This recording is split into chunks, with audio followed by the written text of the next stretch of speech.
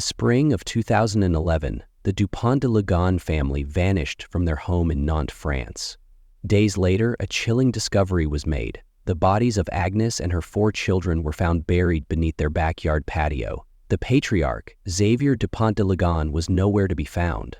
What led to this horrifying event, and where is Xavier?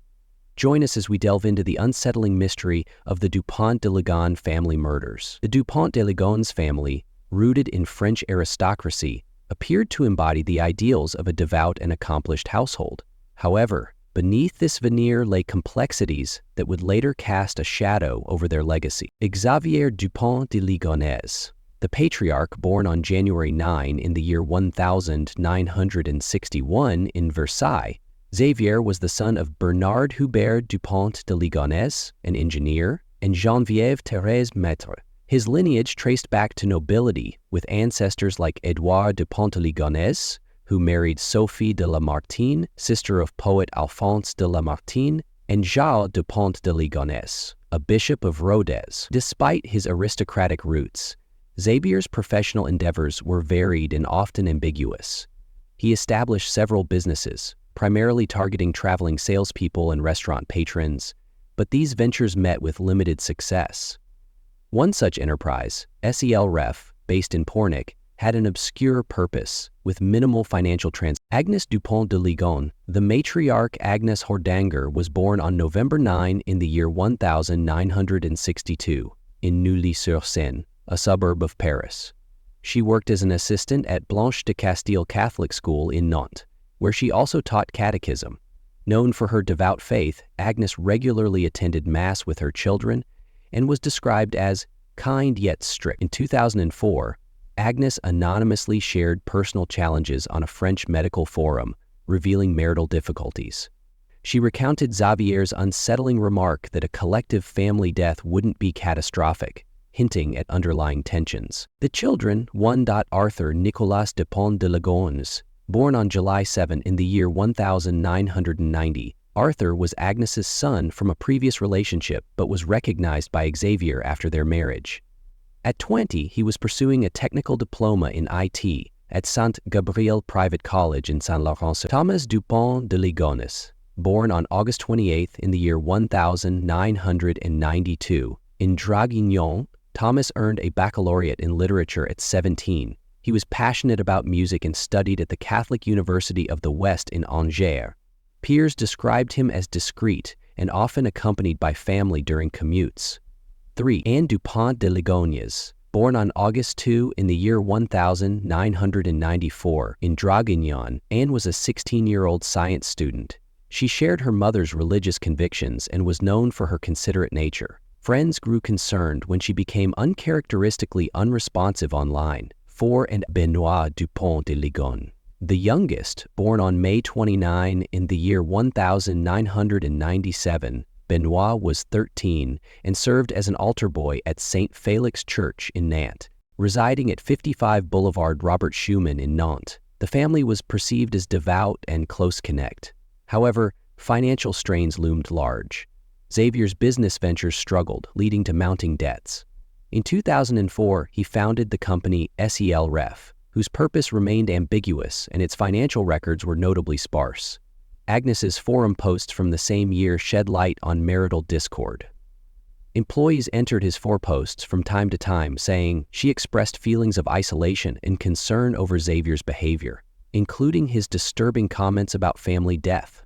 These revelations hinted at deeper issues within the household. Despite internal challenges, the Dupont de Ligonnès family maintained an image of normalcy. They were active in their community, with Agnes involved in church activities and the children excelling academically. Their noble lineage added to their esteemed reputation in Nantes.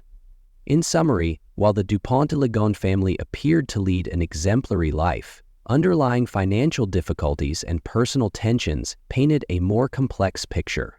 These hidden struggles would later become central to one of France's most perplexing criminal cases. In the months leading up to the Dupont de Ligonnès family's disappearance in April 2011, a series of unsettling events unfolded, painting a complex picture of financial distress, secretive behaviors, and meticulous planning. Xavier Dupont de Ligons, the patriarch of the family, faced significant financial difficulties. Despite his noble lineage and various business ventures, many of his enterprises were unsuccessful, leading to mounting debts. This financial strain was a source of considerable stress for Xavier, who had maintained an image of affluence and respectability. In early 2011, Xavier obtained a firearms license and inherited a .22 caliber rifle from his late father. He began frequenting the Charles de Jarminiere shooting range north of Nantes, visiting 4 times between March 26 and April 1. During this period, he purchased rifle bullets and involved his sons Thomas and Benoit in shooting activities, with plans for his eldest son Arthur to join as well. These actions suggest a growing preoccupation with firearms. Around the same time, Xavier made several purchases that, in hindsight, appear ominous. On March 12, he bought rifle bullets. Later in March, a sales receipt from a DIY store in Saint-Malo, approximately 320 kilometers from Nantes, was found at the family home. The receipt listed items such as large bin liners and adhesive plastic paving slabs. On April 2, Xavier purchased 4 10-kilometer bags of lime from different shops in the Nantes area. These materials would later be linked to the concealment of the family's bodies. In early April, Xavier took steps that distanced the family from their usual routines and social connections. He informed Agnes's employer that she was suffering from gastroenteritis, and later sent a letter purportedly from Agnes terminating her employment and stating that the family was moving to the United States. He also settled final payments with the children's schools and placed a notice on their mailbox instructing, "Return all mail to sender. Thank you." These actions created a facade of a planned relocation, masking the grim reality. The last confirmed sightings and communications with the family occurred in early April. On April 3, a neighbor saw Agnes for the last time and observed Xavier placing large bags into his car. That evening, the couple and 3 of their children dined at a restaurant and went to the cinema. Later that night, Xavier left a voicemail for his sister, mentioning their evening activities and expressing surprise about a family member's travel plans. On April 4, Anne and Benoit were reported absent from their school due to illness. Friends became concerned when they couldn't reach them and recalled rumors about the family moving to Australia, which seemed suspicious given the lack of prior notice. That same day, Xavier had a 20 to 30-minute phone conversation with his sister Christine, who noted that everything seemed normal.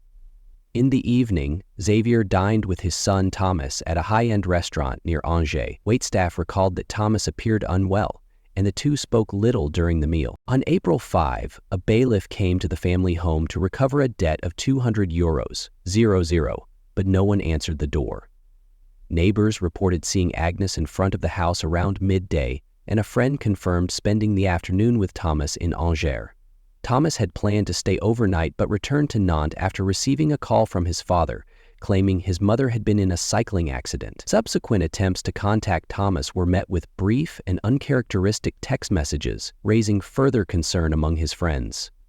By April 7, neighbors noticed unusual activity, with Xavier making multiple trips between the house and his car, loading large bags.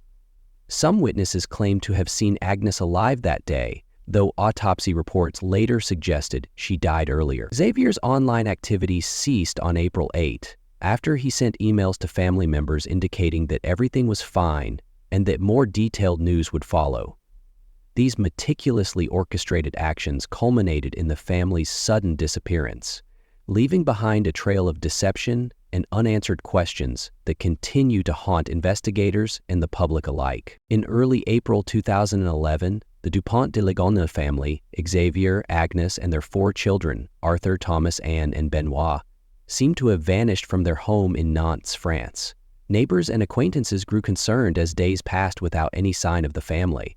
The family's house at 55 Boulevard Robert Schumann appeared eerily quiet, with shutters closed and a note on the mailbox requesting that all mail be returned to sender. The first signs of something amiss emerged when the children's schools received letters stating that the family had relocated to Australia due to Xavier's sudden job transfer.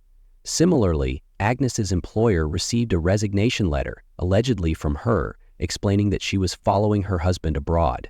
Friends and relatives found these abrupt departures suspicious, especially given the lack of prior notice. On April 13, 2011, a neighbor concerned by the prolonged absence and the uncollected mail, alerted the authorities. The police conducted a welfare check, but found nothing overtly suspicious inside the residence. The house was tidy, with no signs of a struggle, and it appeared as though the family had left voluntarily. However, as more days passed without any communication from the family, the concern deepened. On April 19, the police initiated a formal investigation into the family's disappearance.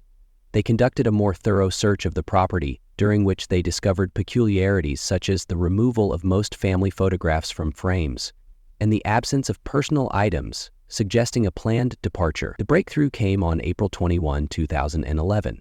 Investigators decided to examine the backyard more closely, particularly the area beneath the patio. Upon removing some paving stones, they noticed a layer of freshly poured cement. As they dug deeper, they uncovered several large plastic bags containing human remains. The bodies were wrapped in blankets and buried along with religious icons such as crucifixes, indicating a possible ritualistic aspect to the burials. The remains were later identified as those of Agnes and her 4 children. Each had been shot with a .22 caliber firearm, and the family's 2 Labrador dogs were also found buried alongside them. The autopsy report suggested that the victims had been drugged before being shot, likely while they slept, minimizing signs of a struggle. Conspicuously absent was Xavier Dupont de Ligons. His car was later found abandoned in the parking lot of a hotel in Roquebrune-sur-Argens. But there was no trace of Xavier himself. An international arrest warrant was issued and a manhunt ensued, but to this day Xavier remains missing, and the case continues to be one of France's most perplexing unsolved mysteries. The discovery of the crime sent shockwaves through the community and the nation. The Dupont de Ligons family, once perceived as a model household, had met a tragic and mysterious end, leaving behind more questions than answers. Following the harrowing discovery of the Dupont de Ligons family's bodies in April 2011, a massive manhunt was launched to locate the missing patriarch, Xavier Dupont de Ligons. Despite extensive efforts, his whereabouts remain unknown, leading to numerous theories about his fate. After the bodies were found, an international arrest warrant was issued for Xavier. Investigators traced his movements through surveillance footage and witness accounts. He was last seen on April 15, 2011, at a budget hotel in Roquebrune-sur-Argens, in the Var region of southeastern France. Authorities conducted extensive searches, including combing through the Massif de Morez, a mountainous region near his last known location. Caves, abandoned mines, and wooded areas were meticulously examined, but no trace of Xavier was found. Over the years, there have been numerous reported sightings across various countries, but none have been substantiated. Another theory posits that Xavier meticulously planned his family's murders and subsequent disappearance, enabling him to start anew elsewhere. His international connections and business ventures might have provided the means to establish a new identity. Some believe he could be living discreetly in a foreign country, possibly under an assumed name. Given Xavier's reported religious inclinations, some speculate he sought refuge in monastic communities. In 2018, police raided a monastery in Roquebrune-sur-Argens after reported sightings, but the search yielded no results. Monasteries' secluded nature and vows of silence could potentially offer a perfect hiding place. An alternative theory suggests that Xavier himself fell victim to unknown assailants. Some propose that individuals with motives related to his financial troubles or personal life might have murdered him, disposing of his body to frame him for his family's deaths. However, there is little concrete evidence to support this scenario. Xavier's relatives have expressed doubts about the official narrative. His sister Christine has suggested that the bodies discovered might not belong to Xavier's family, proposing that they entered a witness protection program due to threats. This theory challenges the findings of the investigation, but lacks substantial evidence. The disappearance of Xavier Dupont de Ligons remains one of France's most perplexing mysteries. Despite extensive investigations and numerous theories, his fate is still unknown.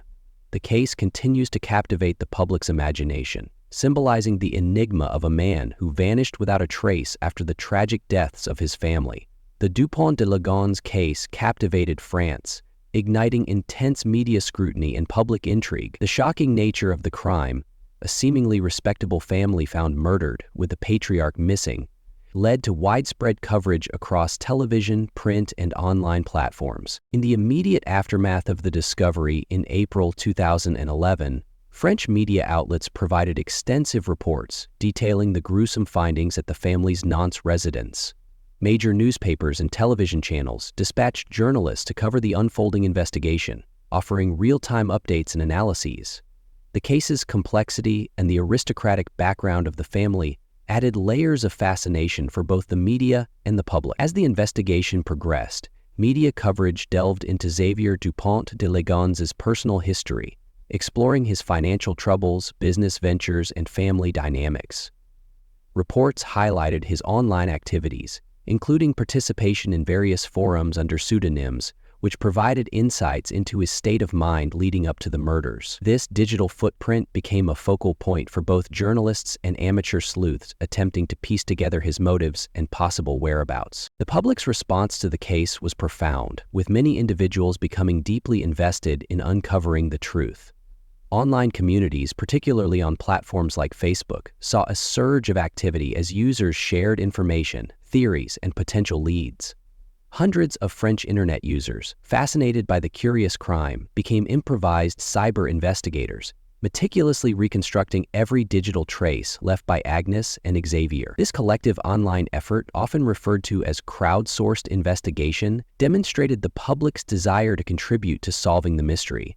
While some discussions were speculative, others provided valuable insights, occasionally even aiding official investigative efforts. The case's notoriety extended beyond France, capturing international media attention.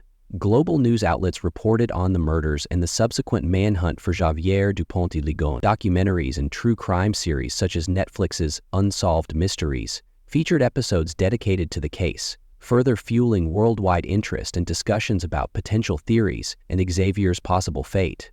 The Dupont de Liggon affair permeated popular culture, inspiring books, films, and television programs. The combination of an unsolved mystery, an aristocratic family, and the dramatic circumstances of the case provided fertile ground for storytellers and creators.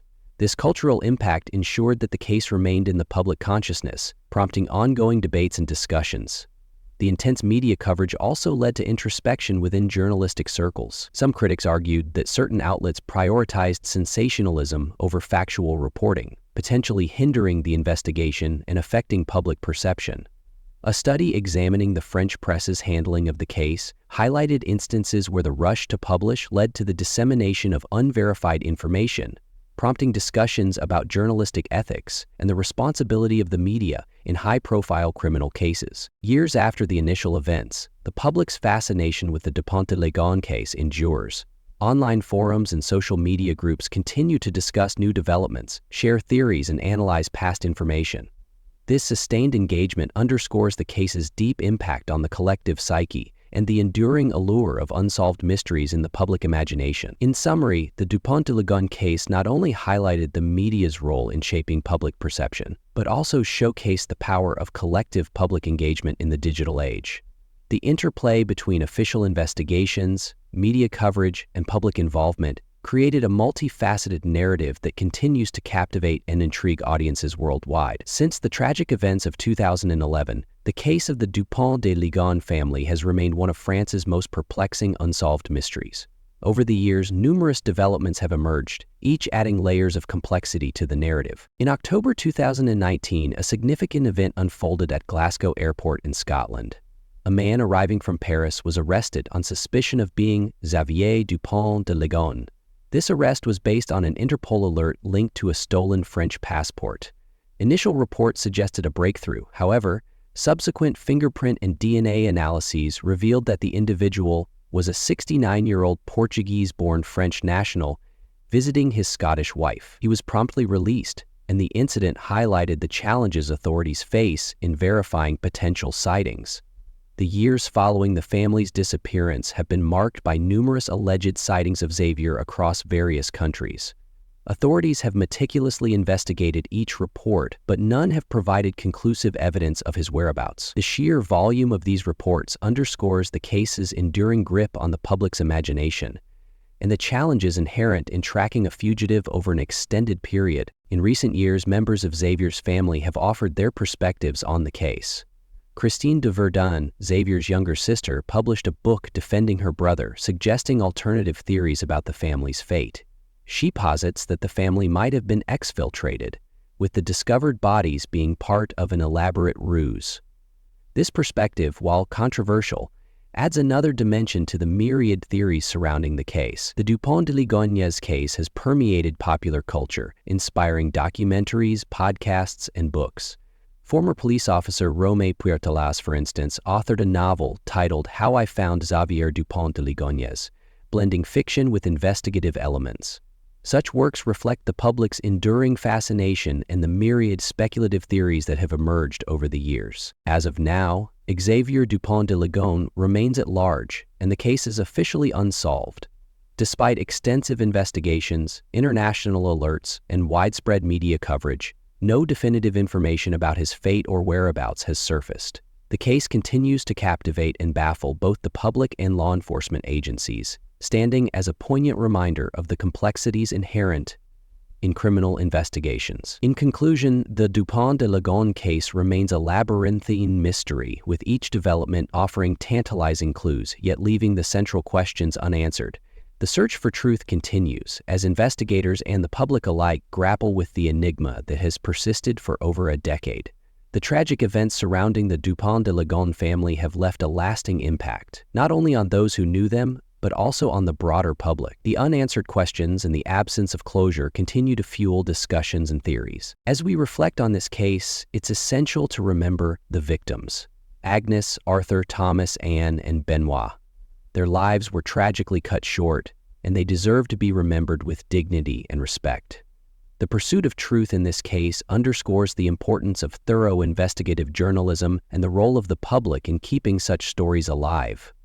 By staying informed and engaged, we honor the memory of the victims and support the ongoing search for answers. If you found this exploration insightful, please consider subscribing to our channel for more in-depth analyses of compelling cases. Your engagement helps us continue to shed light on stories that matter.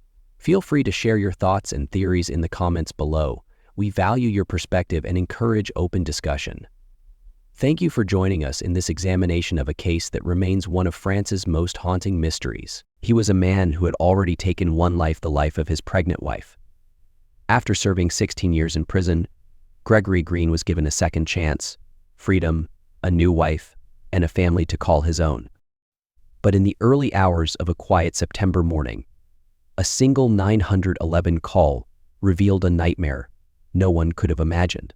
4 children dead, a mother fighting for her life, and at the center of it all, the man who promised to protect them. Gregory Green's story is one of second chances that ended in unthinkable tragedy. In 1991, Gregory was a husband and an expectant father when he committed a shocking crime: the cold-blooded murder of his wife, Tonya Green, who was 7 months pregnant. The violent attack left both her and their unborn child dead, a crime he chillingly admitted to when he called the police to turn himself in. For this heinous act, Gregory was sentenced to prison, serving 16 years before being released on parole in 2008. Despite his violent past, he was granted the opportunity to re-enter society, a decision that many would later question. Shortly after his release, Gregory met Faith Harris, a woman known for her strong faith and resilience. The two married and began building a blended family, including Faith's 2 teenage children from a previous relationship and the couple's own 2 young daughters. To those on the outside, Gregory Green appeared to have transformed. A family man with a quiet demeanor, he attended church regularly and seemed devoted to his wife and children. But beneath this facade, cracks in the picture-perfect family began to show. Faith, loved by her community, reportedly endured increasing tension at home, though few could have predicted the devastating storm that lay ahead. In the early morning hours of September 21st, 2016, police responded to a 911 call placed by Gregory Green himself.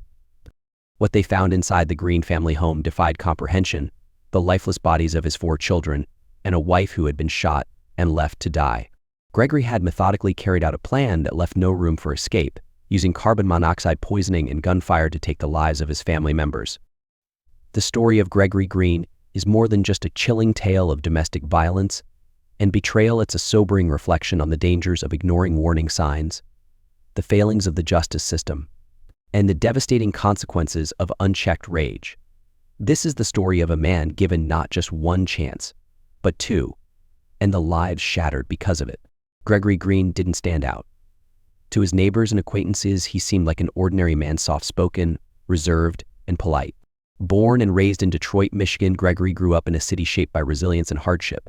Yet, for all his seemingly quiet demeanor, something deeper and darker lay beneath the surface. In the early 1990s, Gregory met Tonya Clayton, a woman described as bright, ambitious, and full of life. She had a kind spirit and a radiant smile that drew people in.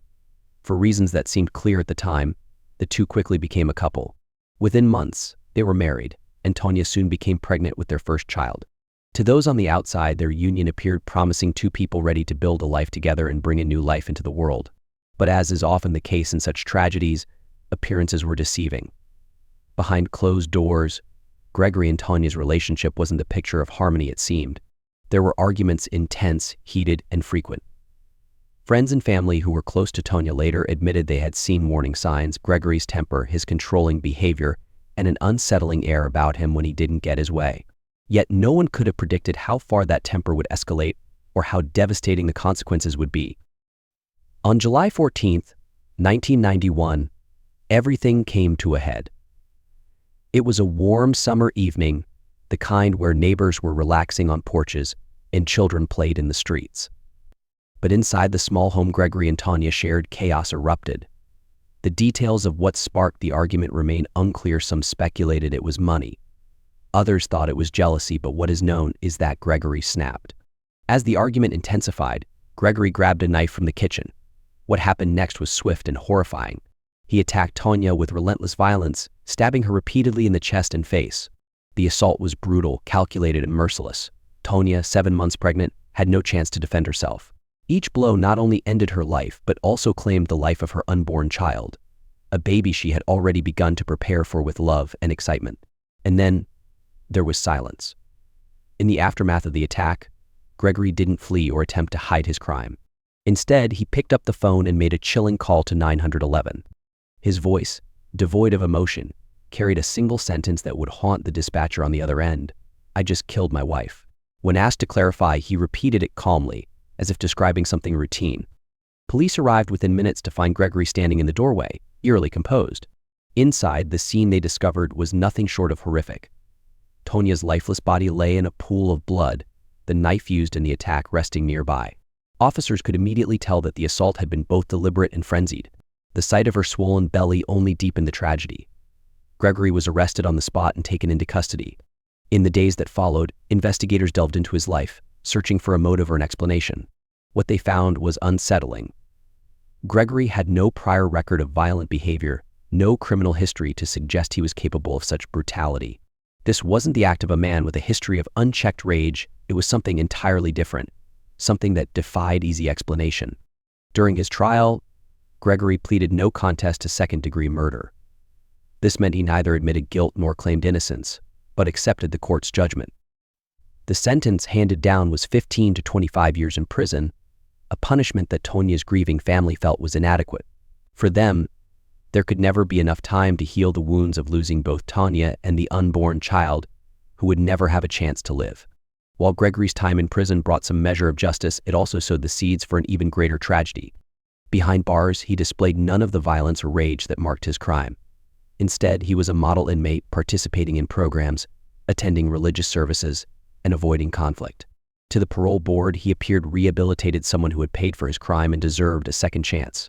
And so, in 2008, Gregory Green walked free after serving 16 years. For the family of Tonya Clayton Green, Gregory's release was a cruel reminder of the justice system's limitations. They had lost so much, and now the man who had taken their daughter and grandchild from them was free to start over. Gregory, however, didn't simply restart his life. He set the stage for one of the most unimaginable crimes the state of Michigan would ever witness. It's often said that tragedy begets tragedy, and in Gregory Green's case, this would prove all too true. His freedom, granted under the assumption that he had changed, would pave the way for devastation on a scale no one could have foreseen, a second chance that would end in the ultimate betrayal.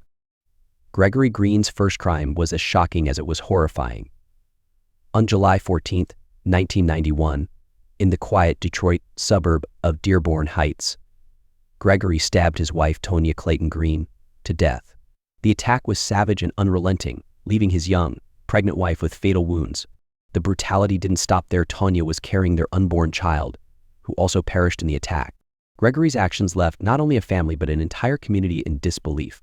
What made the case even more chilling was Gregory's response after committing the crime. He didn't flee the scene, try to cover his tracks, or make excuses.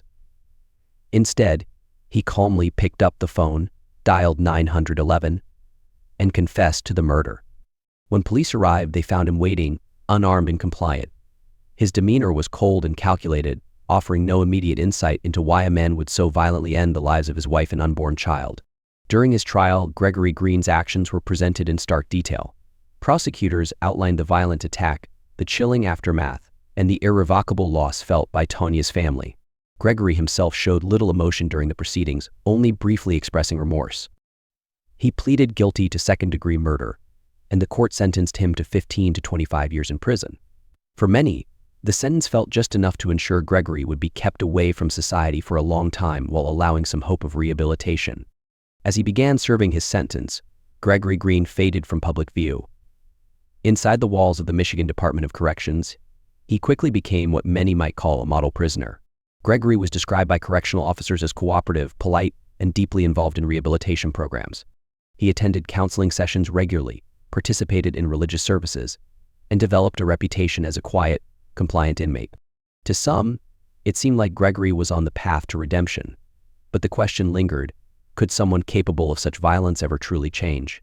In 2004, after serving 13 years of his sentence, Gregory Green became eligible for parole.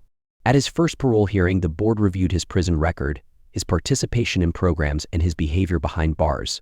But there was one factor they couldn't overlook: the brutal nature of his crime. Despite his efforts to demonstrate remorse and rehabilitation, the board denied his request for release. The severity of his actions outweighed his good behavior in prison. However, Gregory wasn't deterred. Over the next 4 years, he continued to present himself as a rehabilitated man. He took on additional responsibilities within the prison, became a regular at religious gatherings, and even sought to mentor younger inmates. Each parole hearing brought the same arguments: Gregory Green had changed. He was no longer the man who had committed that terrible crime. In 2008, Gregory appeared before the parole board once again. This time, his persistence and seemingly spotless prison record paid off. After serving 16 years, Gregory Green was granted parole. The decision didn't come without controversy. Members of Tonya Clayton Green's family had voiced their objections, arguing that Gregory's release was a risk not worth taking. They feared that the same violent tendencies that led to Tonya's death could resurface, but their pleas fell on deaf ears. The parole board, citing his model behavior and rehabilitation efforts, believed Gregory deserved a second chance. When Gregory walked out of prison in 2008, he was no longer the 25-year-old man who had committed a horrific murder. He was older, seemingly wiser, and ready to rebuild his life. He moved back to Michigan, where he quickly reconnected with his church community. Within months, he was attending services regularly, making friends, and integrating himself back into society.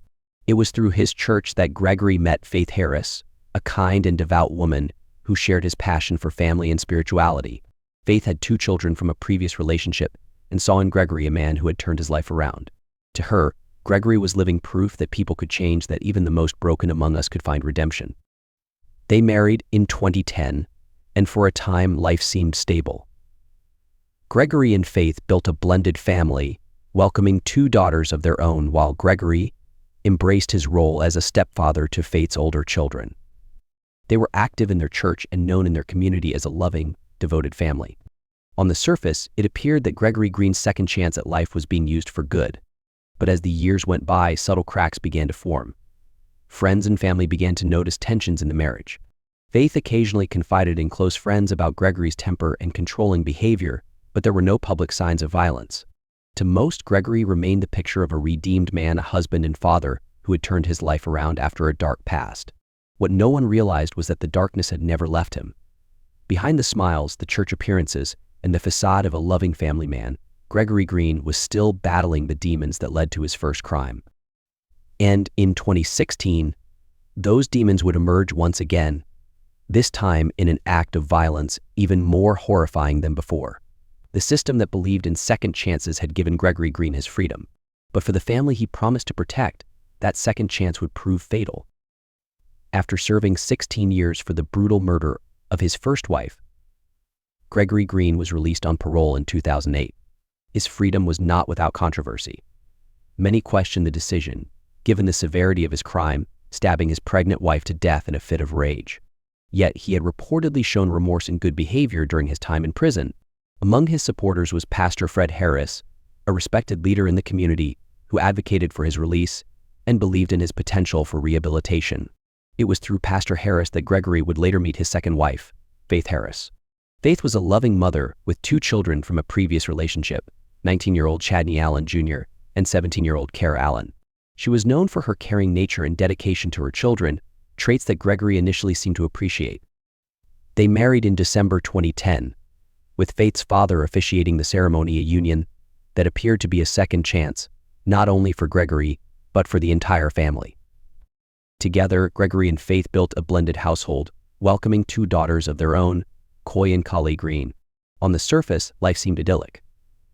Family photos showed smiling faces, a picturesque family united by love.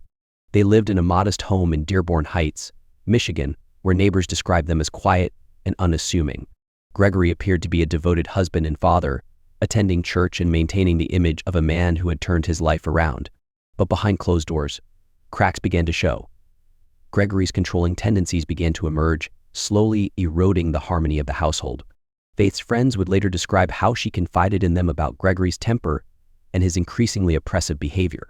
While he wasn't openly violent at first, his authoritarian nature created a tense environment. Faith, determined to protect her children, grew wary but hoped the situation would improve. In August 2016, Faith reached her breaking point. She filed for divorce, citing a complete breakdown in the marriage. The decision wasn't easy. She still wanted to believe that Gregory, the man her father had vouched for, could change. But her focus was clear. She needed to prioritize the safety and well-being of her children. During this time, Faith reportedly began to distance herself emotionally, seeking solace from friends and family. Despite the ongoing divorce proceedings, Gregory remained in the family home. This arrangement, though temporary, created a volatile atmosphere. Friends later recounted how Faith had expressed concerns about Gregory's unpredictable behavior, yet she never anticipated just how far he was willing to go. On the night of September 21st, 2016, Gregory Green enacted a plan that would devastate not just his family but an entire community. In the early hours of the morning, he moved his 2 daughters, Coy and Kali, into the family car. He started the engine and directed carbon monoxide into the cabin, suffocating the young girls to death. Gregory then carried their lifeless bodies back into the house and placed them in their beds. But his terror didn't end there. He turned his attention to Faith's teenage children, Chadney and Kara. Waking them from their sleep, he forced them into the living room, where he bound their hands and made Faith watch as he shot each of them in the head, execution style. His calculated cruelty was aimed at inflicting maximum pain, ensuring Faith would carry the emotional scars of that night forever. Finally, Gregory attacked Faith herself, slashing her face with a knife and shooting her in the foot. Somehow, Faith survived, though she was gravely injured and emotionally shattered. After his rampage, Gregory called 911, calmly informing the dispatcher of what he had done. When police arrived, he surrendered without resistance, leading them into a house of unspeakable horror. The aftermath of the massacre sent shockwaves through the community. Faith Harris Green, now a survivor of unimaginable trauma, publicly condemned Gregory during his sentencing, calling him a devil in disguise. Her words echoed the collective grief and outrage of a society grappling with the failures of a system that had allowed a known killer to re-enter society unchecked. The story of Gregory Green is not just one of familial devastation, it is a cautionary tale about the limits of forgiveness and the dire consequences of overlooking red flags. It serves as a chilling reminder that sometimes the darkest evil can reside within the walls of a home meant to be a sanctuary. It was the early hours of September 21st, 2016, when a chilling 911 call came through in Dearborn Heights, Michigan. Gregory Green, a husband and father, spoke with a tone so calm it could send shivers down your spine. "I just killed my family," he said plainly. For the dispatcher, it must have sounded like a nightmare. For Gregory Green, it was the culmination of a calculated, horrifying plan. When police arrived at the Green residence, they were greeted by Gregory himself. He stood waiting on the front porch, hands raised, showing no signs of resistance. The officers could never have anticipated the scene awaiting them inside a tableau of pure horror, meticulously carried out by a man who had once been given a second chance at life. In the basement, the first thing officers saw was Faith Green, Gregory's wife. She was bound with duct tape and zip ties, her face slashed with a box cutter, her foot riddled with a gunshot wound. She was alive but gravely injured, and the trauma she endured went far beyond the physical. Lying just feet away were the lifeless bodies of her two teenage children from a previous marriage, 19-year-old Chadney Allen and 17-year-old Cara Allen. The details of their final moments were chilling. Gregory had forced the teens to kneel before him, their mother helplessly restrained nearby, unable to intervene. One by one, he executed them with a gunshot to the head. The calculated cruelty of this act painted a devastating picture. Gregory Green wanted Faith to witness the destruction of her family piece by piece, knowing she could do nothing to stop it. Upstairs, officers found the Green daughters' 5-year-old Coy and 4-year-old Kali-year-old lying motionless in their beds. Their small frames appeared as though they were simply sleeping. But the truth was far more haunting. Gregory had poisoned his own children using carbon monoxide gas from a car's exhaust system. He had placed them in the vehicle, letting the deadly fumes fill the interior until they succumbed. Afterward, he carried their lifeless bodies back into the house and tucked them into their beds, as if trying to maintain some twisted illusion of peace. As investigators pieced together the timeline, the extent of Gregory's premeditation became clear. This was no crime of passion. It was a deliberate act, carried out step by step. Before the killings, Gregory reportedly disconnected the home's security cameras, ensuring no visual evidence would exist of his heinous actions. And in the days leading up to the massacre, he had left subtle, unsettling clues that something was deeply wrong, clues that no one could fully understand until it was too late. Perhaps the most haunting detail of all was Gregory's demeanor. When officers led him away in handcuffs, he displayed no signs of remorse. In fact, during the investigation, he admitted to planning the murders for weeks. This wasn't a moment of uncontrollable rage, it was cold, calculated, and deliberate. The tragedy raised many questions. How could a man who had brutally killed his pregnant wife in 1991 be released back into society after just 16 years in prison? How could the justice system fail so catastrophically that it gave him the chance to destroy another family? For Faith Green, these questions must have been unbearable.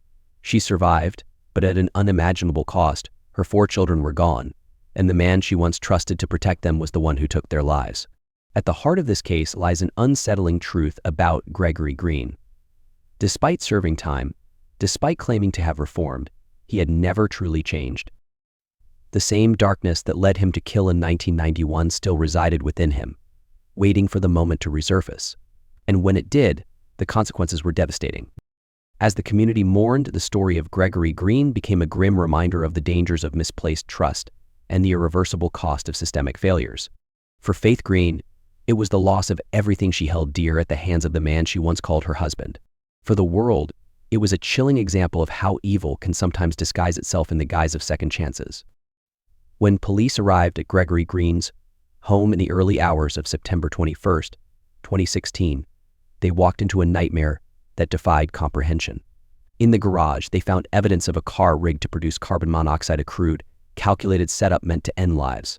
Inside the home, the lifeless bodies of his daughters, 4-year-old Coy and 5-year-old Calais, lay cold. Nearby were the bodies of his teenage stepchildren, 19-year-old Chadney Allen and 17-year-old Cara Allen, each executed with gunshots to the head. Faith Harris Green, Gregory's wife and the mother of the children, lay wounded, shot in the foot and face, but clinging to life. As chilling as the scene was, it was Gregory Green's demeanor that shocked the responding officers. He calmly opened the door, admitted to the killings, and waited to be taken into custody, offering no resistance. His confession was as emotionless as his actions, and within hours the man who had been given a second chance at life now faced charges that would ensure he would never see freedom again.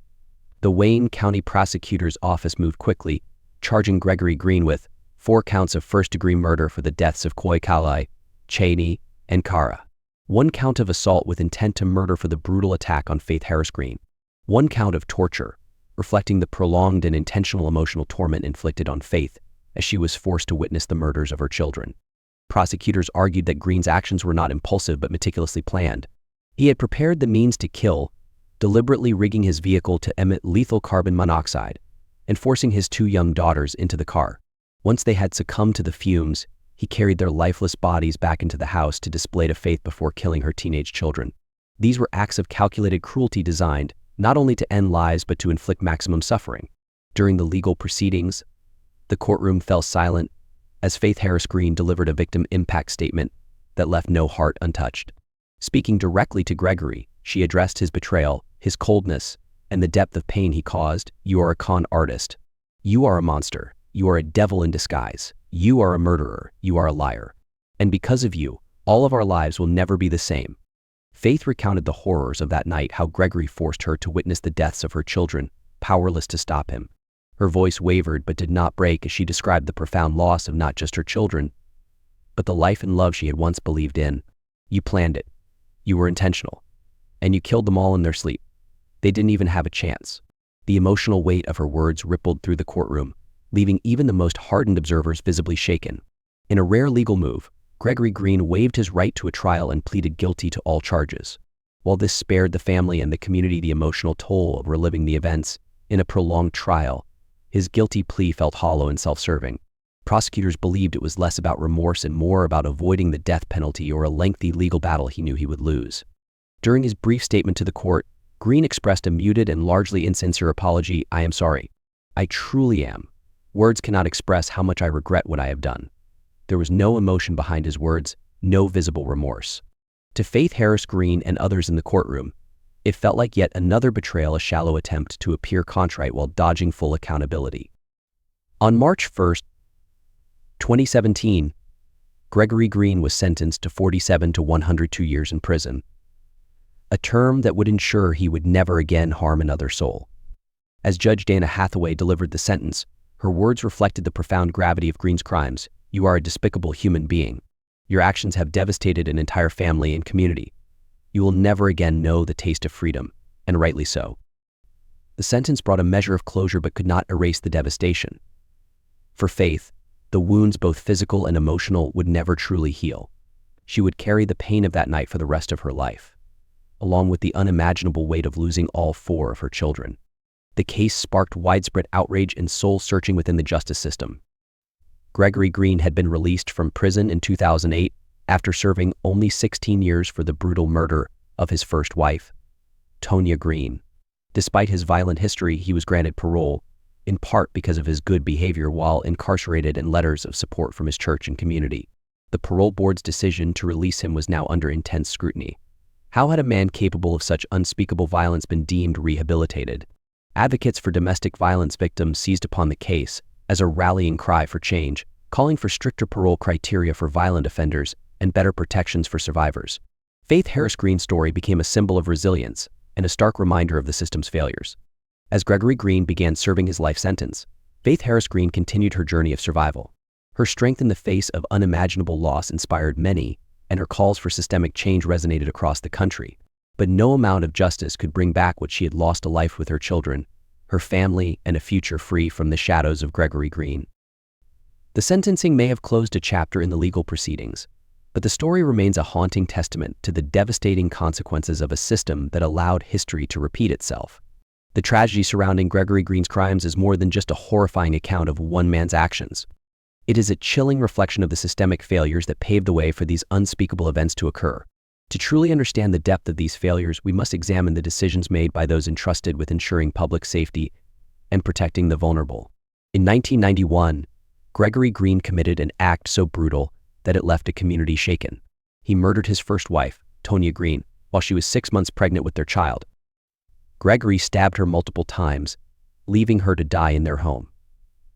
Then, in a chilling and calculated move, he calmly called 911 to report what he had done.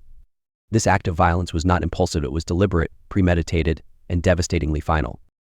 For this heinous crime, Gregory was sentenced to 15 to 25 years in prison. On the surface, this might seem like justice served, but the cracks in the system began to show long before he ever walked free. Gregory Green was eligible for parole after serving the minimum 15 years of his sentence. And in 2008, just a year beyond that minimum, he was released. The decision to release Gregory Green on parole rested on several troubling assumptions. Parole boards often base their decisions on the behavior of the inmate within the confines of the prison system. Gregory Green, by all accounts, had been a model prisoner. He followed the rules, avoided trouble, and expressed remorse for his actions. But what does good behavior in prison truly indicate? In a controlled environment with strict supervision, the nuances of a person's character and the depth of their rehabilitation can be difficult, if not impossible, to gauge. One of the most striking oversights in Green's parole process was the lack of a comprehensive psychological evaluation. While remorse is often cited as a factor in parole decisions, there was no in-depth examination of his mental state or risk of recidivism. How could a man capable of murdering his pregnant wife, stabbing her in cold blood, be deemed low risk after just 16 years? Furthermore, the parole board leaned heavily on personal testimonials that vouched for Gregory Green's transformation. Among these was a letter of support from a pastor who had mentored Green during his time in prison. The pastor happened to be the father of Faith Harris, the woman who would later marry Green and become the victim of his ultimate betrayal. While the pastor's intentions may have been rooted in a belief in redemption, his testimony raises questions about the weight given to personal endorsements in parole decisions. Faith Harris Green, who later married Gregory Green and started a family with him, would endure unimaginable suffering because of the system's inability to protect her and her children. While Gregory's release allowed him to rebuild his life, it left Faith and her family vulnerable. There were warning signs in their marriage, red flags that pointed to potential danger. Faith filed for divorce shortly before the 2016 tragedy, a decision that likely heightened Gregory's sense of control slipping away. This is a pattern seen in many cases of domestic violence. The most dangerous time for a victim is often when they attempt to leave. Yet, even as Faith took steps to protect herself and her children, the system offered little in the way of meaningful support. Restraining orders, often the first line of defense for victims of domestic violence, are notoriously insufficient. They rely on the compliance of the offender, and in cases where the offender is already predisposed to violence, they can be little more than a piece of paper. The 2016 tragedy, where Gregory Green poisoned his 2 young daughters and fatally shot his 2 teenage stepchildren, was preventable. It wasn't just a failure of the parole system, it was a failure of multiple systems that are meant to safeguard families in danger. Parole oversight. Once Gregory was released, there was little to no monitoring to assess his reintegration into society. Was he receiving any form of therapy or counseling? Was there any follow-up to ensure he was maintaining a stable and non-violent lifestyle? The answers to these questions highlight a glaring lack of accountability. Domestic violence support. Faith's attempts to escape her abusive marriage were hindered by a system that often leaves victims to navigate their situations alone. Shelters and legal protections for victims are chronically underfunded, and societal stigma still prevents many from seeking help. The tragedy of Gregory Green forces us to confront uncomfortable truths about forgiveness and justice. Can society ever truly balance the need for second chances with the responsibility to protect the innocent? Green's case is a sobering example of what happens when that balance tips too far in favor of leniency. For the families of the victims, the justice system's failure is a wound that will never fully heal. Faith Harris Green, now living with the unimaginable grief of losing all 4 of her children, spoke powerfully at Gregory's sentencing. She called him a monster and described the pain he caused as something that no parent should ever endure. Her words are a stark reminder that behind every systemic failure are real lives, real losses, and real suffering. If there is anything to be gained from this tragedy, it is the urgent need for reform. Parole systems must be overhauled to include more rigorous evaluations, particularly for offenders with violent pasts. Domestic violence prevention programs must receive the funding and attention they deserve, and society must work to dismantle the barriers that keep victims from seeking help. The story of Gregory Green is not just his story, it is a story about a system that failed to protect, about a society that often looks away until it is too late, and about the cost of complacency. Let this serve as a reminder: second chances should never come at the expense of innocent lives. Gregory Green's case is not just a tale of unthinkable violence, but a sobering reminder of the cracks in the systems meant to protect us. 2 families destroyed by a man who was given not just 1, but 2 chances to rebuild his life. Could this tragedy have been prevented? Could more lives have been saved if the signs were taken seriously? These are questions that linger, haunting the survivors and resonating far beyond the courtroom. For Faith Harris Green, the only survivor of that horrific night, the pain is lifelong, but her resilience is a testament to the strength of a mother's love and the human spirit. In her words, "I gave him love, and he repaid it with evil." What do you think? Was Gregory Green's release a failure of the justice system, or a gamble that no one could predict would go so horribly wrong? Let us know your thoughts in the comments below. If this story gripped you, share it, because raising awareness about the dangers of unchecked violence might just save a life. Don't forget to like, subscribe, and hit the notification bell so you won't miss more stories like this one. Together, let's keep shedding light on the stories that need to be told. In December 2019, Heidi Broussard and her newborn daughter Margot vanished without a trace from their Austin, Texas home. As the frantic search unfolded, a shocking revelation emerged. The prime suspect was Heidi's lifelong friend, Magen Firamuska, who had been secretly plotting a sinister deception. This is the chilling story of trust shattered and a friendship that turned fatal. Friendship is built on trust, a belief that the person standing beside you has your best interests at heart. But what happens when that trust is nothing more than a carefully crafted illusion? This is the story of Heidi Broussard and Magen Firamuska, two women whose friendship spanned over 20 years until one of them committed the ultimate betrayal. Heidi Broussard was a devoted mother, a loving partner, and a woman full of life. Born in Louisiana, she later moved to Texas, where she built a beautiful life with her fiancé, Shane Carey, and their children. She had a bubbly, warm personality, the kind of person who could make friends with anyone. To those who knew her, Heidi was genuine, kind-hearted, and trusting, perhaps too trusting.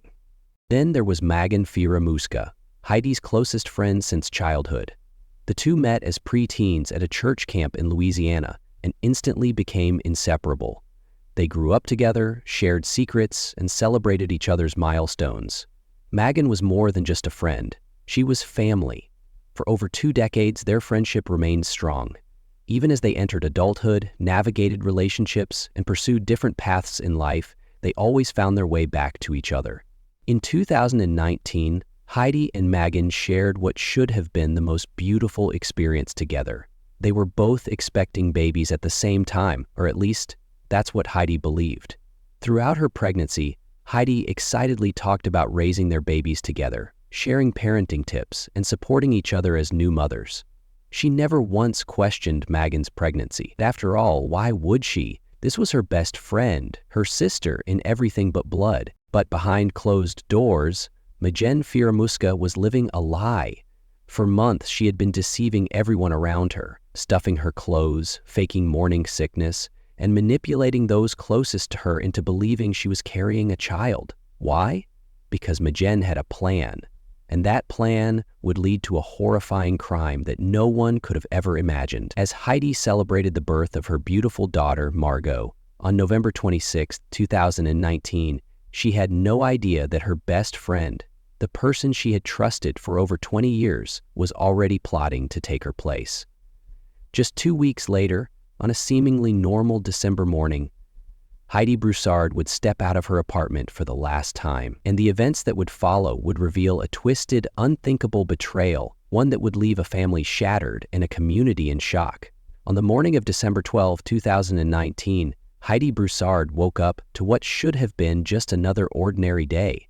Her newborn daughter, Margot, was only 3 weeks old, and despite the exhaustion of new motherhood, Heidi was glowing with happiness. That morning she got ready, placed Margot in her car seat, and left their Austin, Texas apartment to take her 6-year-old son, Silas, to school. She arrived at Cowan Elementary School just before 7:30 a.m., as captured by surveillance cameras. Heidi, holding her newborn in her arms, greeted familiar faces, exchanged smiles, and then left, completely unaware that this would be the last time anyone outside her home would see her alive.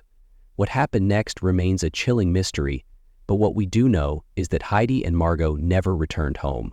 When her fiancé, Shane Carey, got home later that afternoon, the apartment was quiet. Too quiet. Heidi's car was parked outside, her belongings were inside, and yet she was gone. Her wallet, her ID, Margot's diaper bag, all still there. But no Heidi, no Margot. Shane, initially puzzled, tried calling her phone. It went straight to voicemail. He figured she might have gone to run errands or visit a friend, but as the hours passed, a gnawing feeling of unease set in. This wasn't like Heidi. She wasn't the type to just disappear without telling anyone. He called friends, family, anyone who might have seen her, but no one had. By evening, the unease had turned into full-blown panic. Shane dialed 911, his voice frantic as he reported his fiancée and newborn missing. Police arrived at the apartment, searching for any clues, but there were no signs of a struggle, no forced entry, no blood. Nothing seemed out of place. except for the fact that a mother and her child had vanished into thin air. Authorities moved quickly. An official missing persons report was filed, and within 24 hours, news of Heidi and Margot's disappearance spread like wildfire across Austin. Flyers went up, friends and family took to social media pleading for any information. Local news stations broadcasted their pictures, urging anyone who had seen them to come forward. The community, shaken and desperate for answers, joined in the search. Among those most vocal in their concern was Magan Firamuska, Heidi's longtime best friend. Magan and Heidi had been close for years, practically inseparable. They had shared their pregnancies together, even discussing baby names and due dates. Magan had told everyone she was expecting a baby of her own. Now, in Heidi's absence, Magan seemed devastated. She told reporters how much she loved Heidi, how she couldn't believe this was happening. When a mother and her newborn vanish without a trace, the first hours are crucial. In Austin, Texas, authorities scrambled to find 33-year-old Heidi Broussard and her baby, Margot. But as search teams scoured neighborhoods, desperate to bring them home, investigators began noticing something unsettling. Small inconsistencies, strange behaviors, and a friend who seemed a little too involved. The Austin Police Department, joined by the FBI and Texas Rangers, worked tirelessly. They combed through surveillance footage, analyzed cell phone pings, and conducted dozens of interviews with friends, family, and even strangers who might have seen something. The media covered the story relentlessly, urging the public to call in tips. But with each passing day, hope dimmed. Where could a mother and her infant go without a single trace? And then a crucial lead surfaced, one that turned this case from a missing persons investigation into something far darker. Investigators revisited an early interview with Magan Firamuska, Heidi's longtime best friend, a woman who had been by her side through every stage of her pregnancy. Magan had been visibly emotional when speaking with reporters and authorities, pleading for Heidi's safe return. But something was off. When detectives reviewed phone records, they found a shocking inconsistency. Heidi's phone had last pinged near Magan's home in Houston, nearly 150 miles from where she was last seen in Austin. Suspicion intensified. Magan claimed she had given birth just days before Heidi's disappearance. She told friends and even her boyfriend that she had a new baby, but strangely, no one had seen her pregnant in recent weeks. The pieces of the puzzle weren't fitting together. Detectives dug deeper, obtaining search warrants for Magan's home and car, and when they arrived at her residence on December 19, 2019, the case took a horrifying turn. Parked outside was a car eerily familiar to investigators, one matching the description of Heidi's vehicle. As they pried open the trunk, a nightmare unfolded. Inside, they found a body. It was Heidi Broussard. The betrayal was incomprehensible. The friend Heidi had trusted with her life had been the very person who ended it. But the most chilling part? Inside Magan's home, unharmed and oblivious to the horror surrounding her, was Margot. The baby Magan had stolen to pass off as her own. What investigators would uncover next would reveal an even more sinister plot, one that had been in motion for months. A friendship built on trust had turned into an obsession, and that obsession led to cold-blooded murder. Magan Firamuska had spent months weaving an elaborate lie, one that would ultimately end in murder. She had told everyone she was pregnant, her belly growing alongside her best friend, Heidi Broussard, who was genuinely expecting. They had been inseparable for over a decade, celebrating milestones together, sharing secrets, and navigating life's twists and turns. But what no one knew was that Magan wasn't carrying a child at all, and she was willing to kill to keep up the illusion. In the days leading up to Heidi's murder, Magan's deception began to spiral out of control. She wasn't just pretending to be pregnant. She was crafting an entire new life, one that revolved around a stolen baby. She decorated a nursery, told her boyfriend Christopher Green that she was about to give birth, and even faked contractions to sell the story. But there was one problem. She needed a baby, and not just any baby. She had set her sights on Heidi's newborn daughter, Margot. On December 12, 2019, the day started like any other for Heidi. She had just dropped off her older son at school and returned home with Margot, only a few weeks old, blissfully unaware that her closest friend had been planning her murder for months. Magan arrived at Heidi's apartment that morning under the pretense of celebrating the baby's arrival, But what was supposed to be a joyful visit soon turned into a nightmare. Inside Heidi's apartment, something went terribly wrong. Investigators believe that as Heidi turned her back, Magen struck. Using a dog leash, she strangled Heidi with calculated precision, cutting off her air supply until she fell lifeless to the floor. This wasn't an act of impulse, it was premeditated, deliberate. She then stuffed Heidi's body into the trunk of her own car, parked just outside, all while baby Margot lay unaware in the same apartment where her mother had just been murdered. It was February 2023 when Magen Firamuska finally stood before a Travis County judge, facing the devastating consequences of her heinous actions. After more than 3 years of investigation, shocking discoveries, and a public trial that gripped the nation, this was the moment that would bring at least some form of justice to Heidi Broussard's grieving family. But it wasn't the closure they had hoped for, only a painful reminder of the monstrous betrayal that had led to the loss of their daughter, mother, and friend. Firamuska, who had once been a trusted friend of Heidi, pleaded guilty to first-degree murder, admitting to strangling Heidi in a violent act of deception. She also admitted to the kidnapping of little Margot, a baby she had no right to, and then attempting to pass off as her own, fabricating an entire pregnancy for months while secretly plotting this unthinkable crime. It was a moment of truth that shocked everyone in the courtroom, especially considering the coldness of her action. By agreeing to the plea deal, Magen Firamuska avoided a potentially drawn-out trial, but at a great cost. She now faced a sentence of 55 years in prison. The agreement ensured that she would forgo any future appeal and immediately accept responsibility for her role in the deaths of her friend and the trauma inflicted on an innocent child. It was a resolution that brought some comfort to the Broussard family, who had endured years of anguish over the tragic events that had forever changed their lives. During the legal proceedings, a powerful statement was made by Judge Selena Alvarenga. She looked directly at Firamuska and said, "There is no sentence that could ever undo the pain that you've caused. A life was lost, a family torn apart, and a community left in disbelief." The words cut deep, acknowledging that no matter the length of the sentence, the void left in the hearts of Heidi's family could never be filled. As the courtroom proceedings continued, a somber silence fell over Heidi's mother, Tammy Broussard, who had attended the hearing. With tears in her eyes, she addressed the court, describing the love and warmth her daughter had brought into her life and the lives of everyone who knew her. She spoke of the unimaginable pain of losing a daughter in such a violent and senseless way. "I'll never hold her again," she said quietly, the weight of the loss pressing down on every word. The audience could feel the raw grief emanating from her, and it was a stark reminder that no matter the legal outcome, the pain of this loss was everlasting. Though Magen Firamuska's guilty plea brought a sense of finality to the case, it was clear that justice could never truly erase the deep scars left behind. Heidi's family would forever carry the burden of her untimely death, and Margot, who would grow up without the mother who loved her, would have to bear the heavy weight of knowing her biological mother was the one who took that life away. The court case also drew attention to the eerie and twisted deception that Magen had carried out for months before the tragic event. Her friends, Heidi's family, even medical professionals, none suspected that the woman who was supposedly pregnant, who showed off a growing belly and attended baby showers, was faking it all. It wasn't just a story of murder.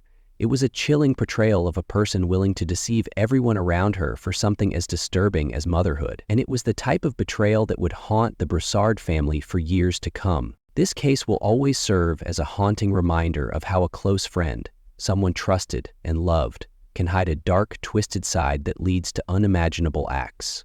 It is a story of a woman who had everything, yet chose to destroy the very bonds that were supposed to support her. And as the gavel came down in February 2023, sealing Magen Firamuska's fate for the next 55 years, it didn't bring back Heidi or heal the wounds of Margot. It only confirmed that, in the end, justice was a necessary but incomplete answer to a crime that will forever echo in the hearts of those left behind. The aftermath of Heidi Broussard's murder was nothing short of a living nightmare for her family, friends, and the entire community. As the tragic details unfolded, those closest to Heidi were forced to come to terms with the most unimaginable betrayal. A friend they trusted for years, someone who shared in their happiest moments, had now stolen the most precious thing in their lives, the life of a mother and the innocence of a child. For Heidi's family, The pain of losing her was compounded by the horror of knowing that it wasn't some faceless stranger who had taken her life. It was someone they had invited into their home, someone they thought they knew. Heidi's parents, who had always treated Megan as a part of the family, struggled to comprehend the betrayal. Her mother, who had lovingly watched Megan grow close to Heidi over the years, recalled how she had even comforted Megan when she experienced personal difficulties, but now that trust felt like a cruel joke. Heidi's father, on the other hand, was left to wrestle with the anger of knowing that his daughter had died in the hands of someone who pretended to be a close friend. The grief was unbearable, but mixed with it was a searing rage. A rage that could never fully be vented because no words could ever fully convey the depth of this treachery. The community of Austin, Texas was equally shaken. They had watched as Heidi's family fought desperately to find her, as strangers and loved ones scoured the streets and shared flyers in the hopes of a miracle. When the truth came to light, it felt as though the very fabric of trust had been torn apart. Heidi was a well-loved woman, someone who was adored by those who knew her. And no one could understand how someone could be so evil in their planning, especially when the motive seemed so bizarre.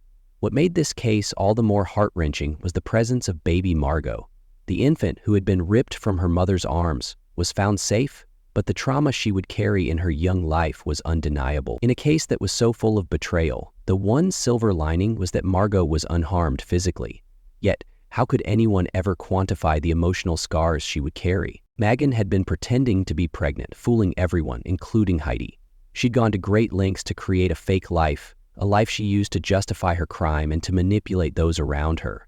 It was unfathomable that someone could go so far as to strangle her supposed best friend to take her child, only to then pose as the mother. Megan's arrest was one thing, but the sheer magnitude of what had been taken was impossible to fully grasp. Heidi's life, taken in a moment of blind rage, and Margot's future forever changed, were the ultimate cost of this crime. In the wake of this devastating loss, Heidi's family and friends came together to support each other through the unbearable grief. But the story of the baby who had been kidnapped by her mother's murderer didn't just end with the arrest. There would be no simple return to normalcy. Baby Margot would be raised without her mother, a gaping hole in her life that no one could fill. She was taken from her mother, and though she would eventually return to the loving arms of her father, the pain of that separation could never be fully erased. In the years to come, Margot would have to carry this story, her story, as part of her life. A young girl who never had the chance to know her mother, whose life would forever be marked by that loss. The love and support of her father and the extended family, however, would provide a foundation for her to build her future. But this tragedy would cast a shadow over everything. As for Megan Fieramusca, her sentencing brought a sense of justice, but it would never bring closure to Heidi's family. Megan was convicted in 2023, pled guilty to capital murder and kidnapping, and was sentenced to 55 years in prison. In her final moments in court, Megan seemed to show no remorse, no real recognition of the pain she had caused. It was a cold, calculated crime that she had carried out without blinking, as though she was playing a twisted game with no understanding of the real lives she was shattering. Heidi's family, though, still spoke of their daughter with love, as they remembered her as a kind-hearted soul, a devoted mother, and a loyal friend, qualities Megan could never possess. The media attention surrounding the case only amplified the trauma. The world watched as this seemingly perfect friendship collapsed into an unforgivable act of violence. Interviews with detectives, family members, and even Megan's past associates painted a portrait of a woman who was manipulative, desperate, and cold. For those who had known her for years, this revelation was an impossibility to process. How had they missed the warning signs? The public reaction was one of outrage and disbelief. A deep sense of betrayal permeated every aspect of the case.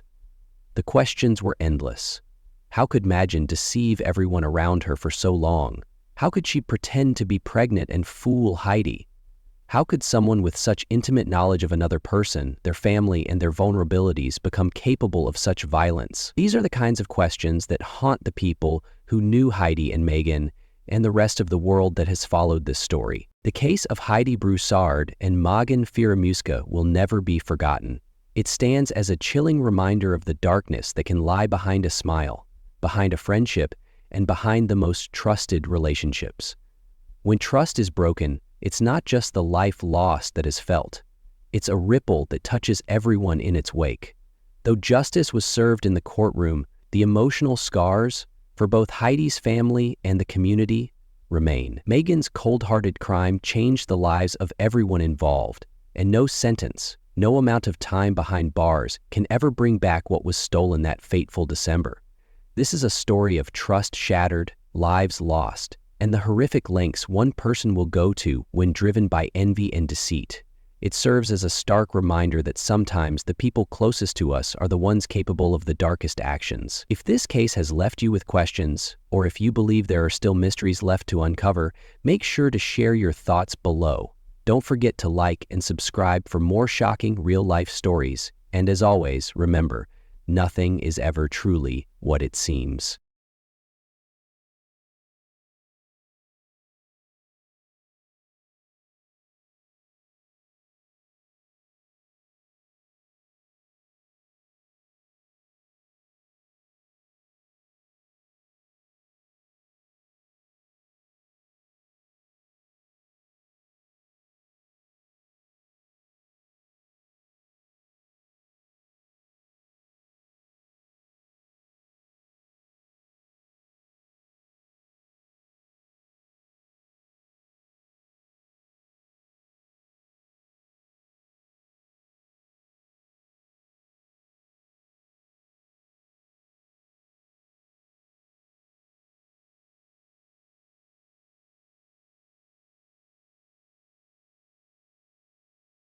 A family Thanksgiving. Warm food, laughter, and the comfort of home. But inside this Knoxville house, a secret plan was unfolding. A plan so gruesome, so meticulously documented, that even seasoned investigators were left in shock. Joel and Lisa Guy were preparing for retirement, ready to start a new chapter in their lives. But they had no idea. Their son had written his own ending for them. 42 stab wounds, 31 more, bodies dismembered, flesh dissolving in chemicals, and a notebook filled with step-by-step instructions on how to erase them from existence. This wasn't a crime of rage, it was a blueprint for murder, and what he left behind would reveal a mind far more calculated than anyone could have imagined. What really happened inside that house? And how did a son turn a family holiday into one of the most disturbing crime scenes in Tennessee history? This is the story of Joel Guy Jr. Joel Michael Guy Sr. was born on February 10, 1955. A man of discipline and strong work ethic, he had built a solid career as a pipeline engineering designer, providing for his family with a steady income. His wife, Lisa Guy, née Matteret, born on August 8, 1961, was known for her warmth and kindness. She worked as a human resource accounts payable administrator at Jacobs Engineering in Oak Ridge, Tennessee, and was beloved by her colleagues for her generosity and bright spirit. Together, Joel and Lisa had been married for 31 years, raising a family that, to the outside world, seemed stable, loving, and close. Their home in Knoxville, Tennessee, was a modest yet comfortable suburban residence, one that had seen years of family gatherings, holiday celebrations, and everyday joys. Joel Sr. had 3 daughters from a previous marriage, and despite being a blended family, the siblings had a strong bond. Lisa, who had embraced her role as a stepmother, had always shown love and support to her husband's daughters. However, there was one child who stood apart from the rest, Joel Michael Guy Jr., their only son together. Born on March 13, 1988, Joel Michael Guy Jr. had an upbringing that, at least on the surface, was not unusual. But from an early age, there were signs that he was different. Unlike his half-sisters, who had grown up to be independent adults with families and careers of their own, Joel Jr. remained financially dependent on his parents well into adulthood.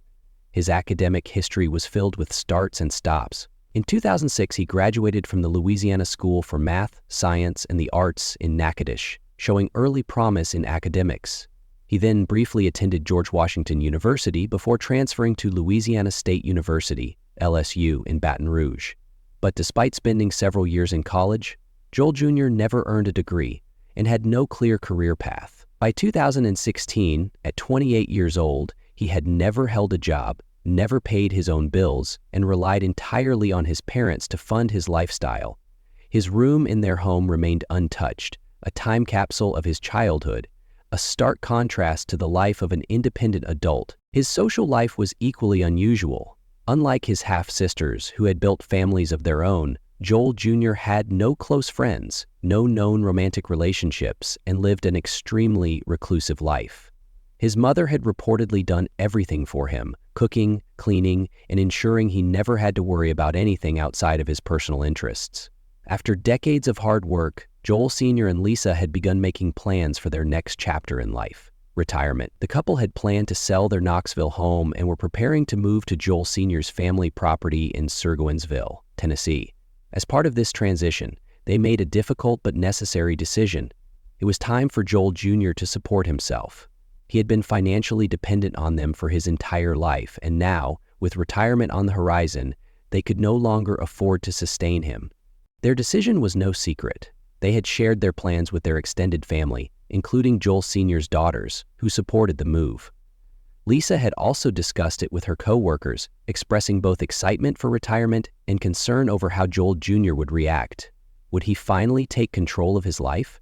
Or would this drastic shift in his financial security cause him to resent them? For years, Joel Michael Guy Jr. had been living in a world of comfort, entirely dependent on his parents, Joel Sr. and Lisa Guy. At 28 years old, he had never held a job, never paid his own bills, and never faced the responsibilities of adulthood. His parents, hardworking and loving, had continued to support him financially, paying for his tuition, rent, and every basic necessity while he attended Louisiana State University. But things were about to change. Joel, 61, and Lisa, 55, had spent decades working to provide for their family. After years of dedicating themselves to their children, they were finally ready to retire. They had sold their home in Knoxville, Tennessee, preparing to move to Kingsport to start a new chapter of their lives, one that no longer involved supporting their fully grown son. This was a conversation Lisa had already started having with her daughters. Joel Sr. and Lisa had made up their minds. It was time for Joel Jr. to stand on his own, but they had no idea just how dangerous that decision would be. By November 7, 2016, weeks before Thanksgiving, Joel Guy Jr. had already begun preparations for a crime so gruesome that even seasoned detectives would later call it one of the most disturbing scenes they'd ever encountered. He started by purchasing muriatic acid and food-grade hydrogen peroxide at an Ace hardware store in Napoleonville, Louisiana. Surveillance cameras captured him browsing the aisles with eerie calmness, as if he were shopping for an everyday household project. Over the next few days, his shopping list expanded: a bleach sprayer, extension cords, a timer, a hunting knife, but perhaps the most chilling evidence of his meticulous planning was a handwritten notebook, a document prosecutors would later call the Book of Premeditation. Inside, in his own handwriting, Joel Jr. had outlined his entire murder plan in excruciating detail. One note read, "Get killing knives." Another, "Kill him with the knife, clean up mess before she gets home." And one of the most disturbing entries, "Flush chunks down toilet, not garbage disposal." But this wasn't just about murder. Joel Jr. had also calculated the financial benefit of his parents' deaths. He believed their life insurance policy would grant him $500,000, money that would allow him to continue his lifestyle without ever having to work. To him, his parents weren't family anymore. They were an obstacle.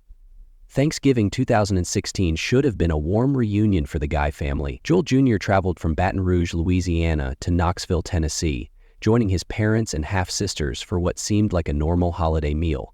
But Lisa's daughters later recalled that something about Joel Jr. felt off. Unlike past visits, he barely spoke. He didn't laugh, didn't engage in conversation.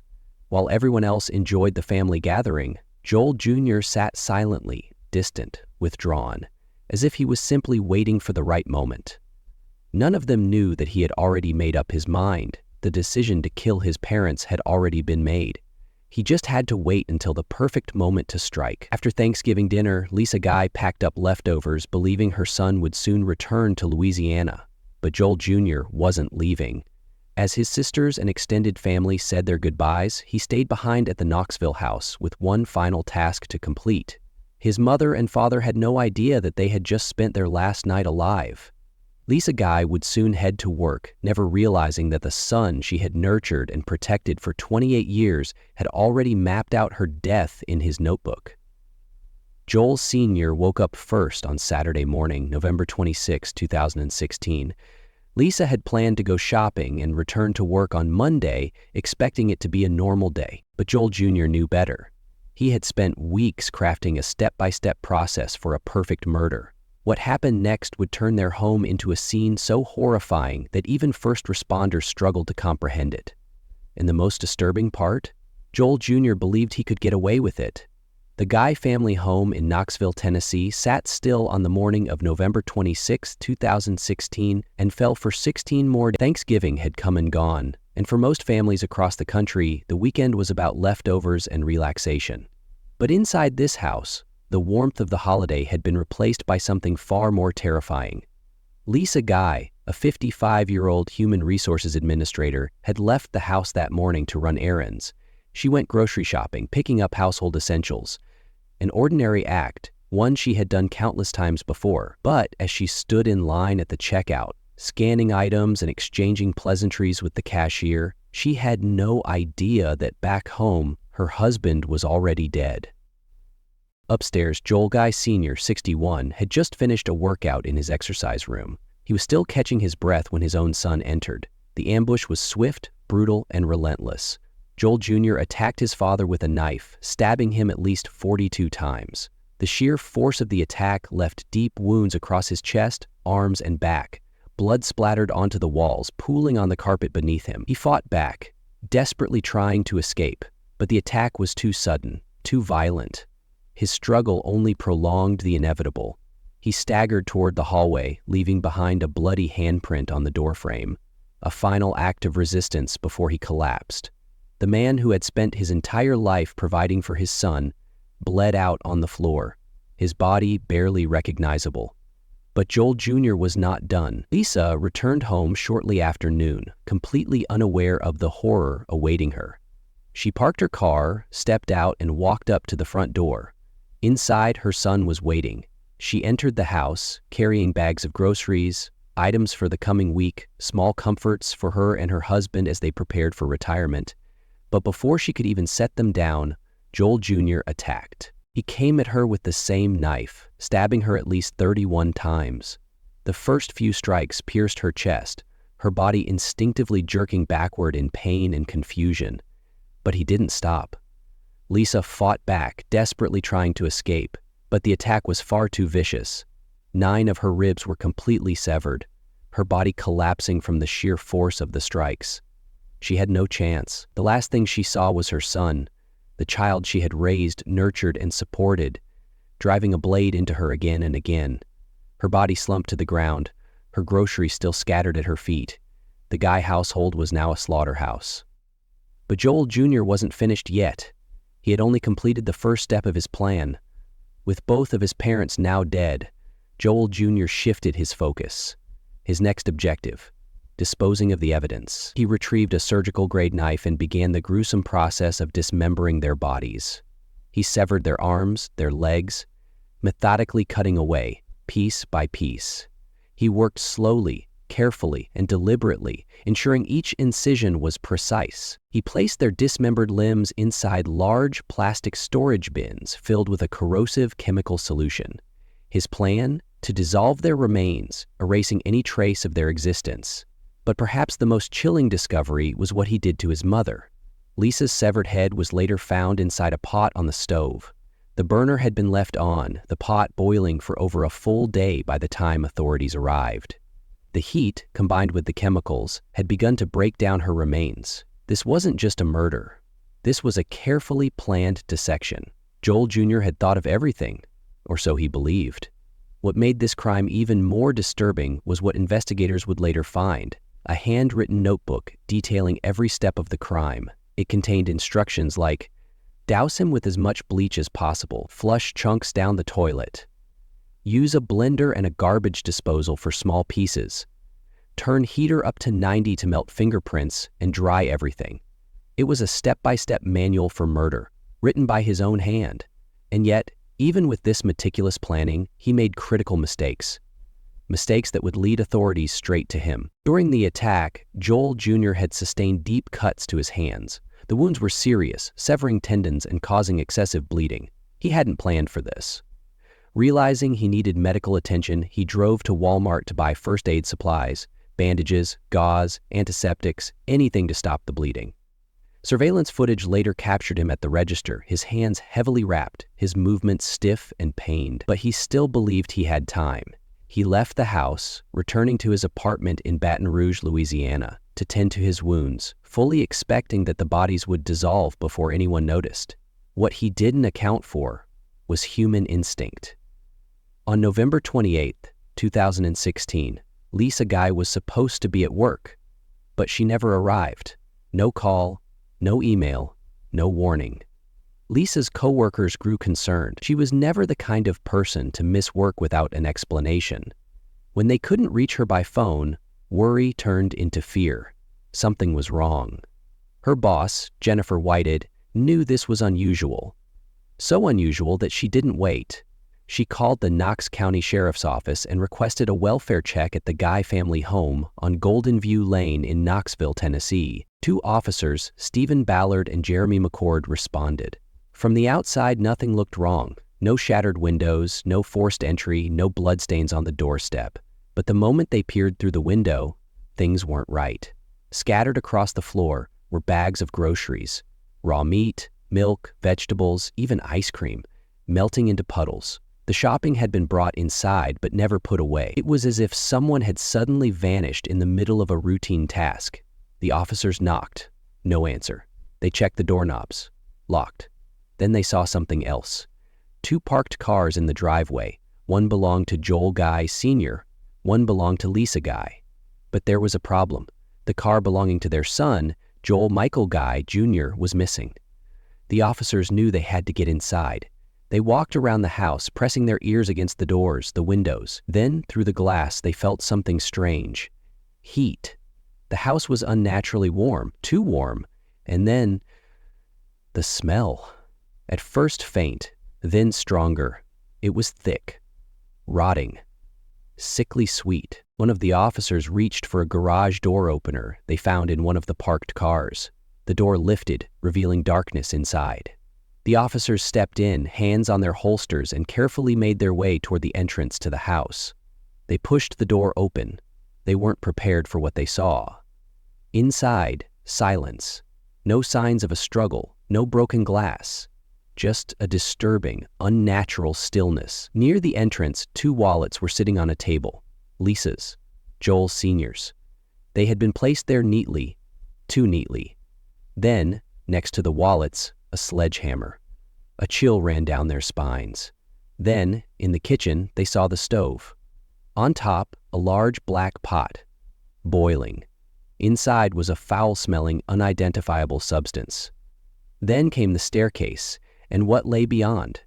Upstairs, the air was thick with heat. The smell was unbearable. It smelled like death. The first thing they saw in the hallway was a severed human hand. Then, a second one. Further down the hall, a trail of blood led to the master bathroom. The officers stepped inside.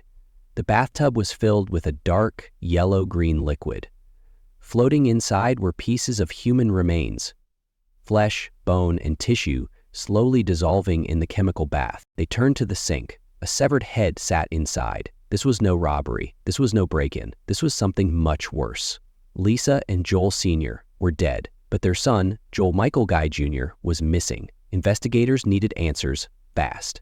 As they combed through the house, they found an eerie trail of evidence. In the bedroom, a blood-stained knife, multiple bottles of hydrogen peroxide and bleach, a meat grinder.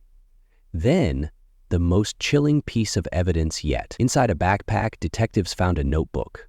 Page after page filled with handwritten instructions. Step 1, kill them.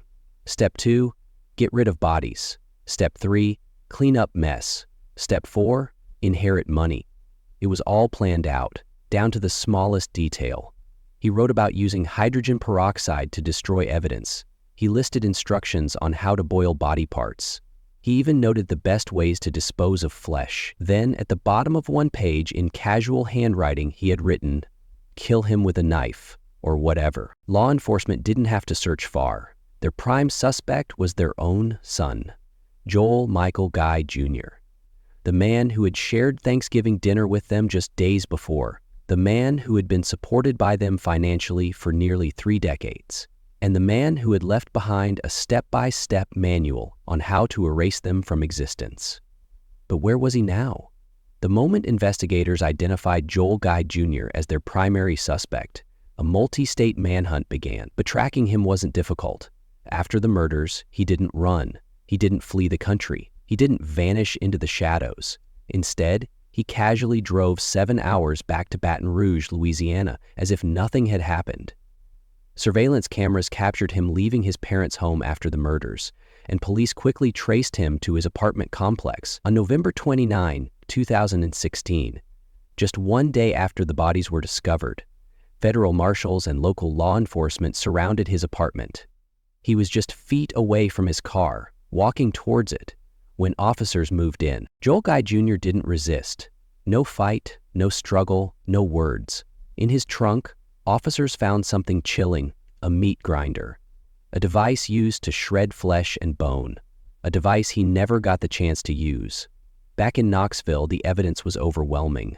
Investigators had not just discovered a crime scene, they had uncovered a blueprint for murder. A 47-page notebook, handwritten by Joel Jr., detailed everything, step by step. What he needed to buy, how to get rid of the bodies, how to frame someone else, how to destroy evidence, how to inherit his parents' money. One line in particular stood out: "Kill him with the knife, clean up mess before she gets home." This wasn't a crime of rage. This was planned, calculated.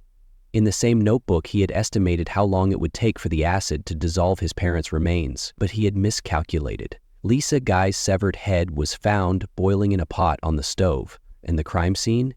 It was left behind like an abandoned project, half finished. By September 2020, after nearly 4 years of waiting, the trial of Joel Michael Guy Jr. finally began in Knox County Criminal Court. For the prosecution, the case was clear.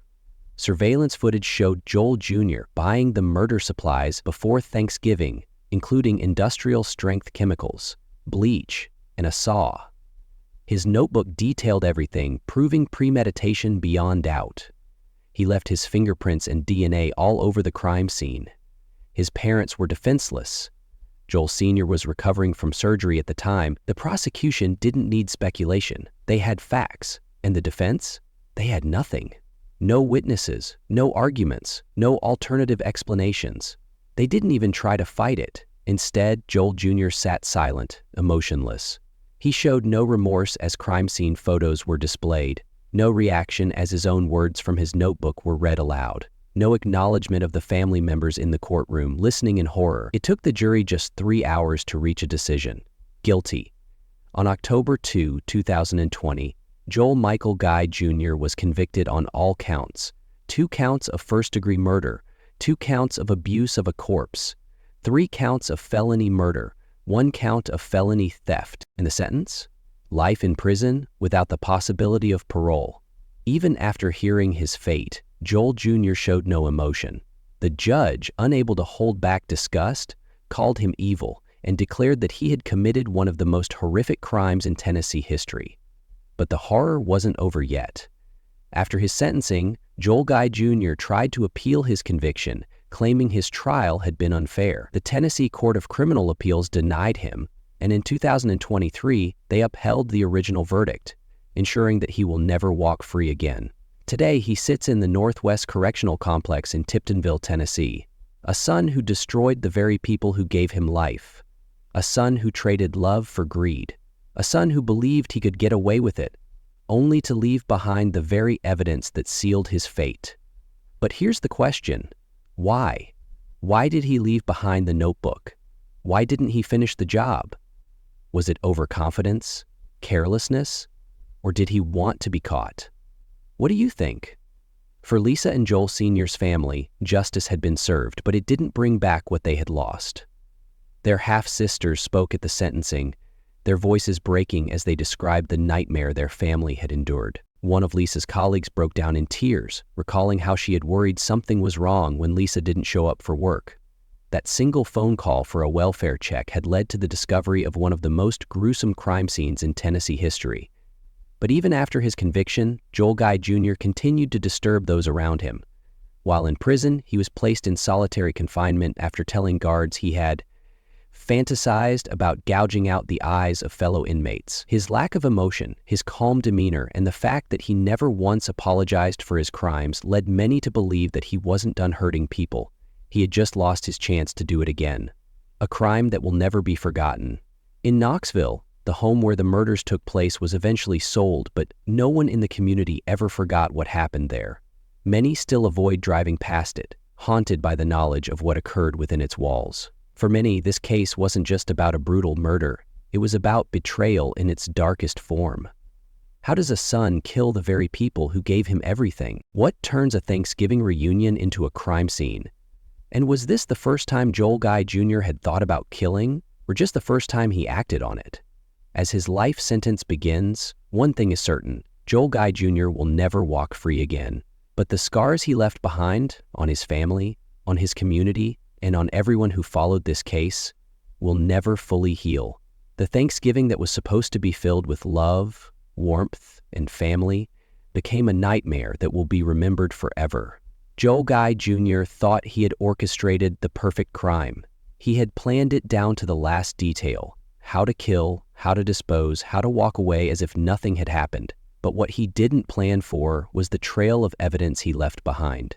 The notebook, the surveillance footage, the receipts, the blood. Thanksgiving is a time for family. For love, for gratitude. But for Joel and Lisa Guy, it became a day of unimaginable horror at the hands of the son they had spent their lives caring for. What do you think?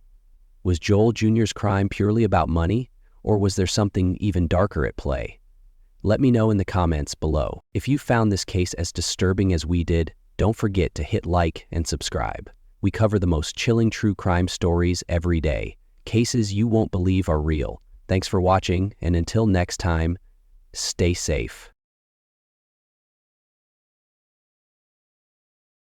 In the early hours of September 19, 2019, 21-year-old Keely Bunker walked through the quiet streets of Tamworth, Staffordshire, accompanied by her childhood friend Wesley Streety. They had just returned from a night out celebrating her recent birthday, a night filled with laughter and music. Keely trusted Wesley to see her home safely, but as dawn approached, Keely vanished. Her lifeless body was later discovered partially submerged in a brook, concealed beneath branches in Wigginton Park. The friend entrusted with her safety would soon be unmasked as her killer. Tamworth, Staffordshire, a quiet town known for its historic charm and close-knit community. But on the night of September 18, 2019, beneath the glow of streetlights and the distant hum of passing cars, an unspeakable tragedy was beginning to unfold. Keely Bunker was full of life. At just 20 years old, she had the world ahead of her. She was described by those who knew her as kind, bubbly, and fiercely loyal, a young woman who always put others before herself. She had recently celebrated her birthday and was preparing to start a new chapter of her life. She had ambitions, dreams, and an excitement for the future. A new job as a teaching assistant awaited her, something she had been looking forward to, the kind of job that perfectly suited her caring and patient nature. But she would never make it to her first day. That evening, Keely was in high spirits. She had made plans with her best friend, Monique Riggin, for a long overdue night out, a chance to enjoy herself before the responsibilities of adult life truly began. They were going to see H, a rising rap artist, perform at the O2 Institute in Birmingham. It was a night of celebration, of friendship, of music.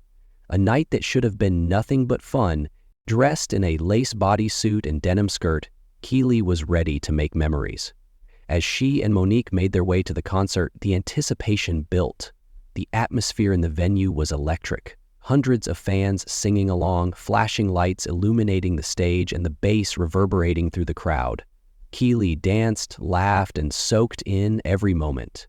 It was exactly the kind of night she had hoped for. As the concert came to an end, the two friends weren't quite ready to call it a night. They wanted to keep the celebration going. And that's when they reached out to an old friend, Wesley Streety. Wesley had been a part of Keely's life for years, a childhood friend, someone who had been there through her teenage years, someone she trusted.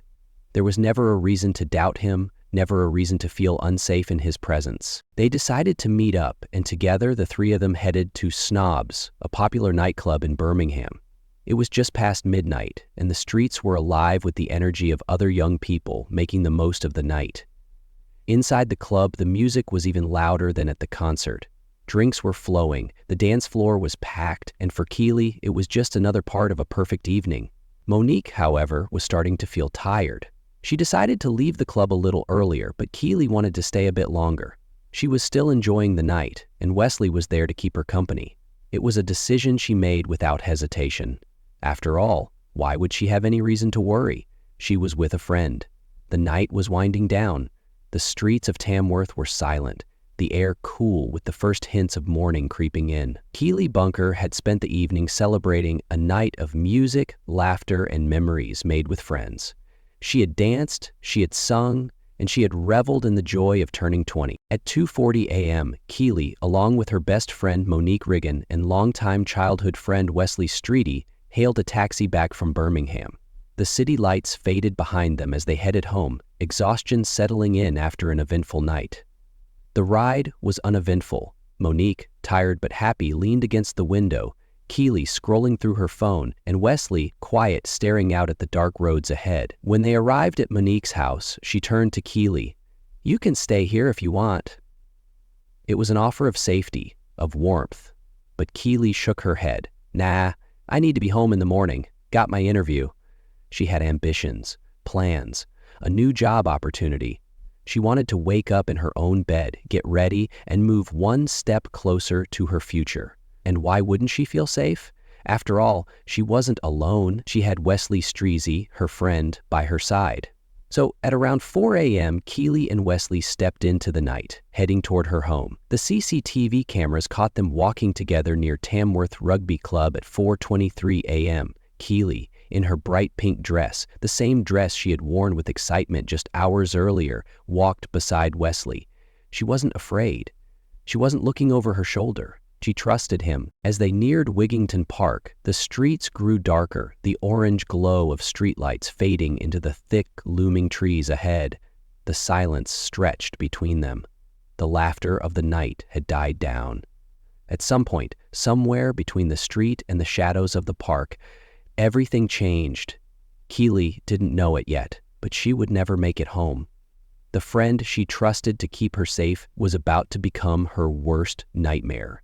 As the first rays of sunlight stretched across Tamworth on September 19, 2019, a quiet unease settled over Keely Bunker's family. The morning routine should have been simple: Keely waking up, getting dressed, heading out for her job interview, one she had been excited about. But Keely never arrived. Hours passed, and the silence was deafening. Texts went unread. Calls rang through to voicemail. At first, there were rational explanations. Maybe she overslept. Maybe her phone had died. But by midday, those explanations no longer felt possible. Something was wrong. Keely wasn't someone who would simply disappear. She was responsible, reliable. Her friends described her as someone who always looked out for others, the kind of person who checked in if she knew you were upset. And now no one could reach her. Her parents, Christopher and Debbie Bunker, felt a rising panic. They retraced every step she should have taken that morning. Her bed, untouched. Her belongings exactly where she had left them the night before. Keely had never made it home. By evening, the unease turned into full-blown fear.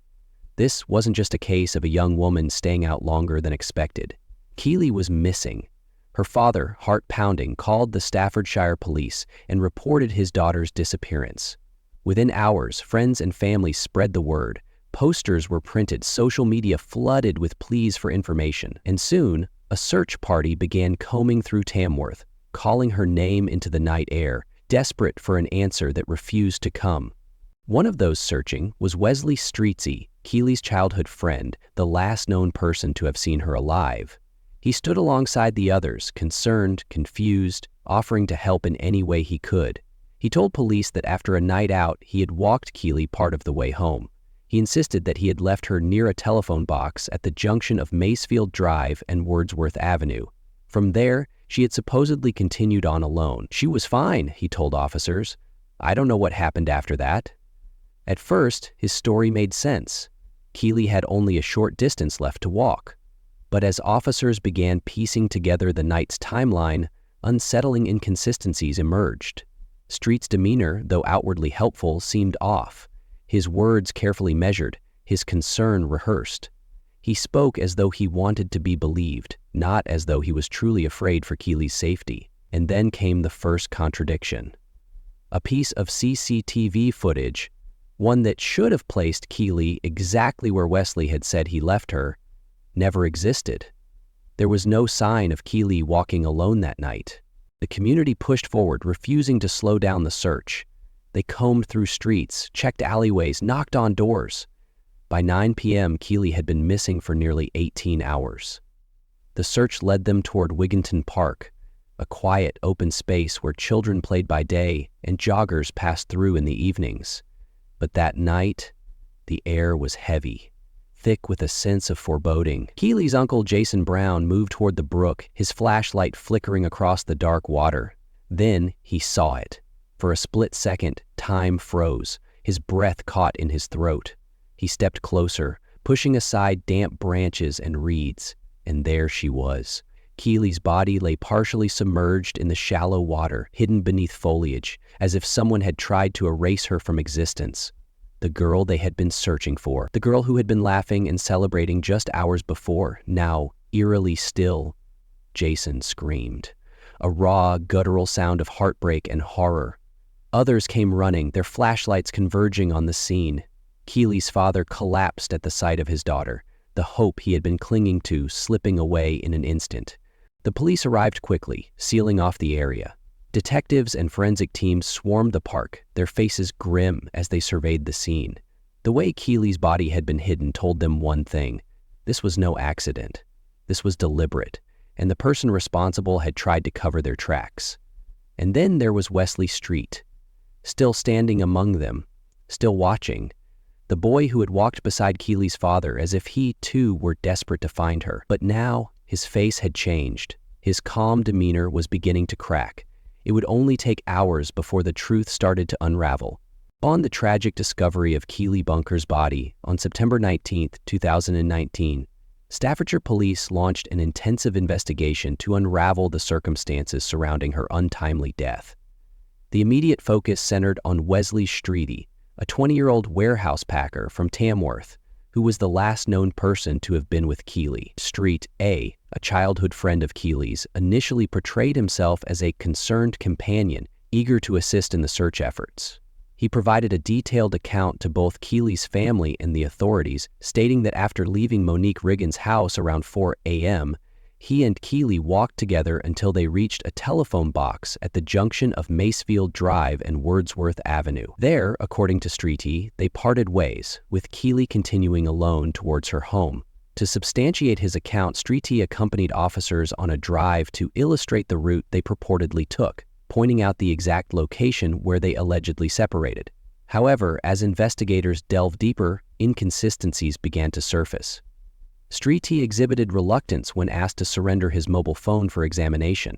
Raising suspicions about his narrative, the investigative team employed a multifaceted approach, combining technological analysis, forensic science, and traditional detective work to piece together the events of that fateful night.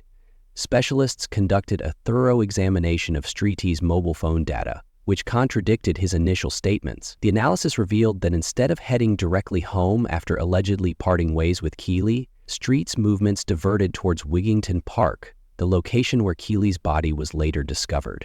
This deviation from his claimed route cast significant doubt on his version of events. Investigators meticulously reviewed surveillance footage from various locations in Tamworth. Crucially, CCTV captured Keely and Streety walking together near Tamworth Rugby Club at approximately 4:23 a.m., well beyond the point where Street claimed they had separated. This evidence not only undermined his account, but also placed them in close proximity to Wigginton Park during the critical time frame. The search teams recovered Keely's rucksack a short distance from Tamworth Rugby Club, along with Street's bank card, found between the rugby club and the location of Keely's body. Additionally, Streets' jacket discovered in the park was heavily stained on the lower parts of both sleeves with makeup consistent with the type Keely was wearing that night. A post-mortem examination revealed the presence of Streets' DNA on Keely's body, leading to charges of rape in addition to murder. The autopsy further indicated that Keely had died from strangulation, with injuries suggesting a violent struggle. Confronted with mounting evidence, Streets' narrative evolved multiple times. He first denied any involvement beyond walking Keely partway home.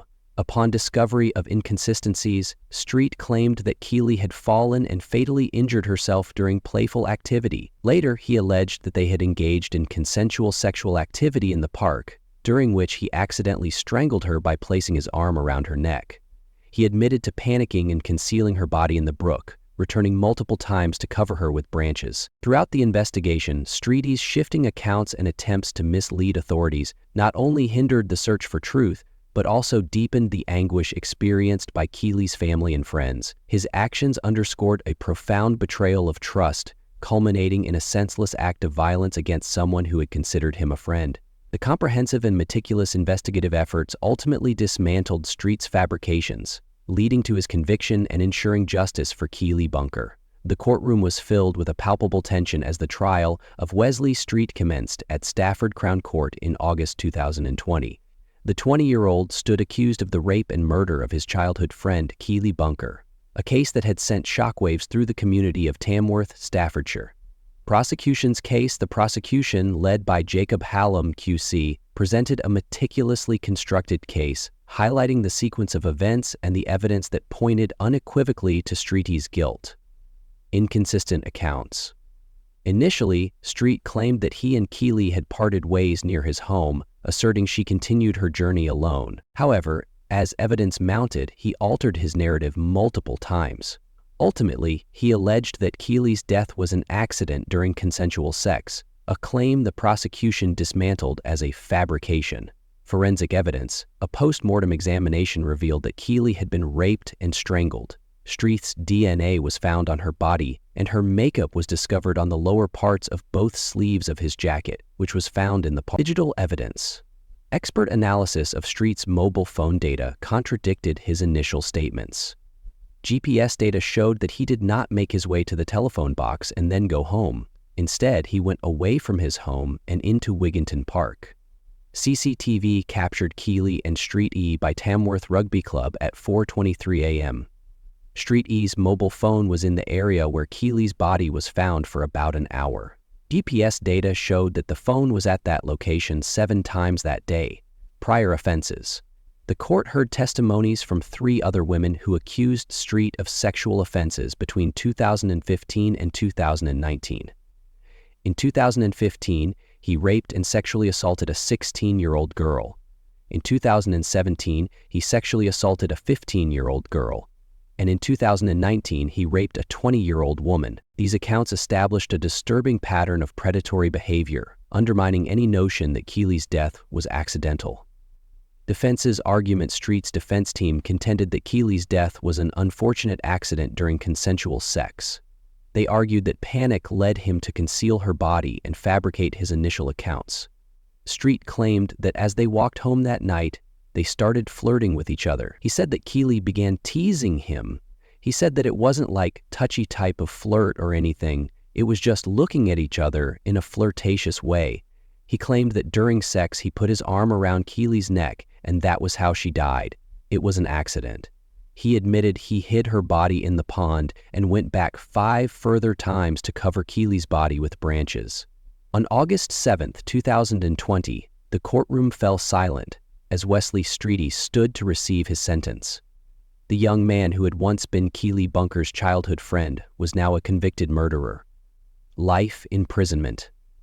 The words echoed through the chamber, a final confirmation of the horror he had inflicted. Judge Mrs. Justice Carr delivered a scathing verdict, condemning Streety's grotesque and senseless crime, stating that Keely had been vulnerable, trusting, and entirely unsuspecting. The judge described his persistent lies, deceit, and lack of remorse, emphasizing the betrayal of trust that had led Keely to her tragic end. Streety would serve a minimum of 30 years before even being considered for parole. For Keeley's family, it was justice, but no sentence could undo the pain of losing her. Outside the courtroom, Keeley's mother, Deborah Watkins, clutched a framed photograph of her daughter, her voice shaking as she spoke to reporters. "Keeley was my little girl. She had her whole life ahead of her. She trusted him. We all did. And he stole everything from her. No sentence will ever be enough."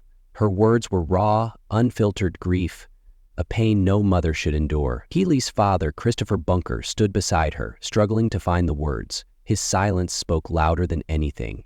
He had been one of the first to search for Keeley on that fateful day, never imagining he would never see his daughter alive again. The streets of Tamworth, Staffordshire, were lined with mourners in the days following the sentencing. Hundreds gathered in Keeley's memory, lighting candles and laying flowers at her favorite park, Wigginton Park, where she was so cruelly discarded. Pink ribbons, Keeley's favorite color, were tied to trees, fences, and lampposts, a symbol of love and remembrance. Local resident Lucy Jenkins shared the heartbreak of the town. "Tamworth is a close-knit community. We all knew Keeley. She was kind, bubbly, full of life. This has shaken us all to the core. We can't believe this happened, and by someone we all trusted." The case resonated beyond the town. Strangers from across the UK and beyond sent messages of condolences, expressing their horror that a young woman could meet such a brutal fate at the hands of a trusted friend. Keeley's murder forced a difficult conversation, one that every woman, every parent, and every friend has had to ask themselves. Who can we trust? She wasn't walking home alone that night. She had done everything right, stayed with friends, made sure she had someone to walk with, trusted a person she had known for years. And still, she never made it home. For Keeley's family, the grief is a life sentence of its own. Every birthday, every Christmas, every milestone will pass without her. Her mother still keeps her room exactly as she left it, her clothes folded neatly, her favorite perfume untouched on the dresser. Tamworth will never forget Keeley Bunker. In the aftermath of the case, there were renewed calls for greater awareness of sexual violence and personal safety. Local authorities increased community safety measures, more street lighting, additional CCTV cameras, and educational programs to help young women recognize red flags in friendships and relationships. Support groups formed for survivors of assault, encouraging them to speak out. "We Believe You" became a rallying cry, ensuring that no one else would suffer in silence. Keeley's family began working with advocacy groups, pushing for stronger protections against predatory behavior and better resources for victims of sexual violence. Wesley Streety was sentenced to life in prison with a minimum of 30 years. But for Keeley's family, no sentence could undo the pain of losing their daughter, their sister, their friend. Keeley Bunker had her entire future ahead of her, a new job, dreams of traveling, a life filled with possibilities.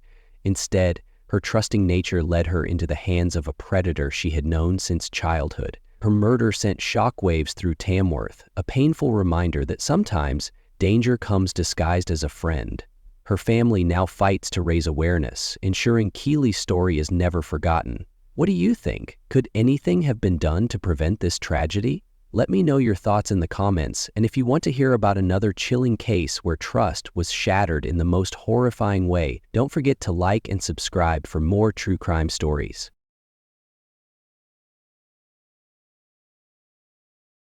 In March 2004, Fresno police entered a small home, uncovering a scene that would haunt them forever. 9 bodies, including children, stacked in a back room.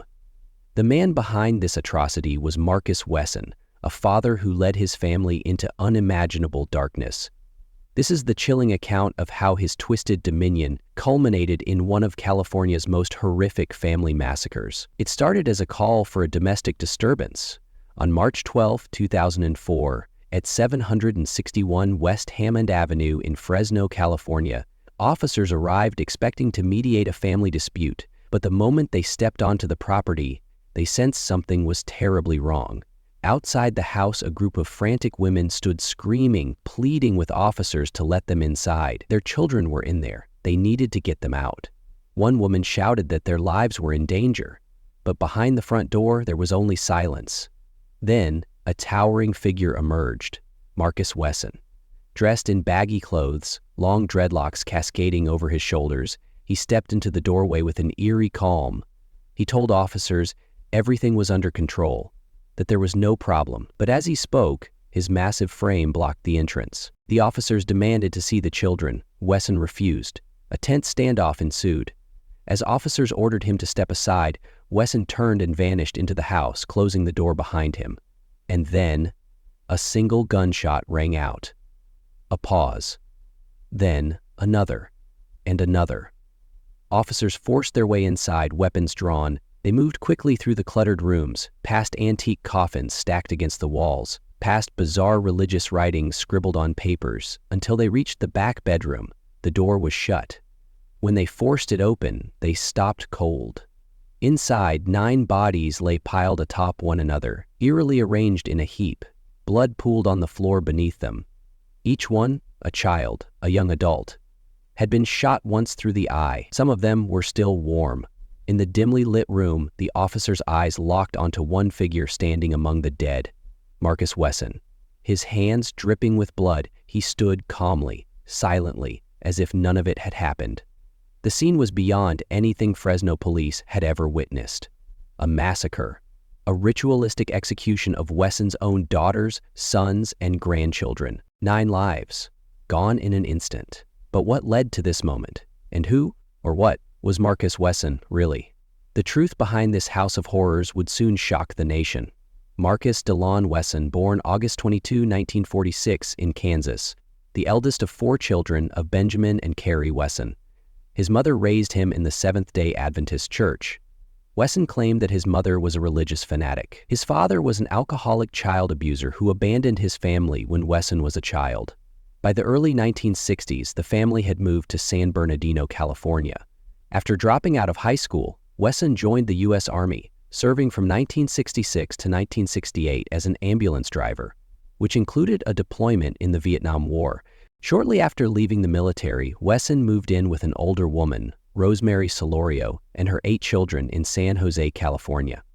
In 1971, Solorio gave birth to Wesson's son. In 1974, Wesson began sexually abusing Solorio's 8-year-old daughter, Elizabeth.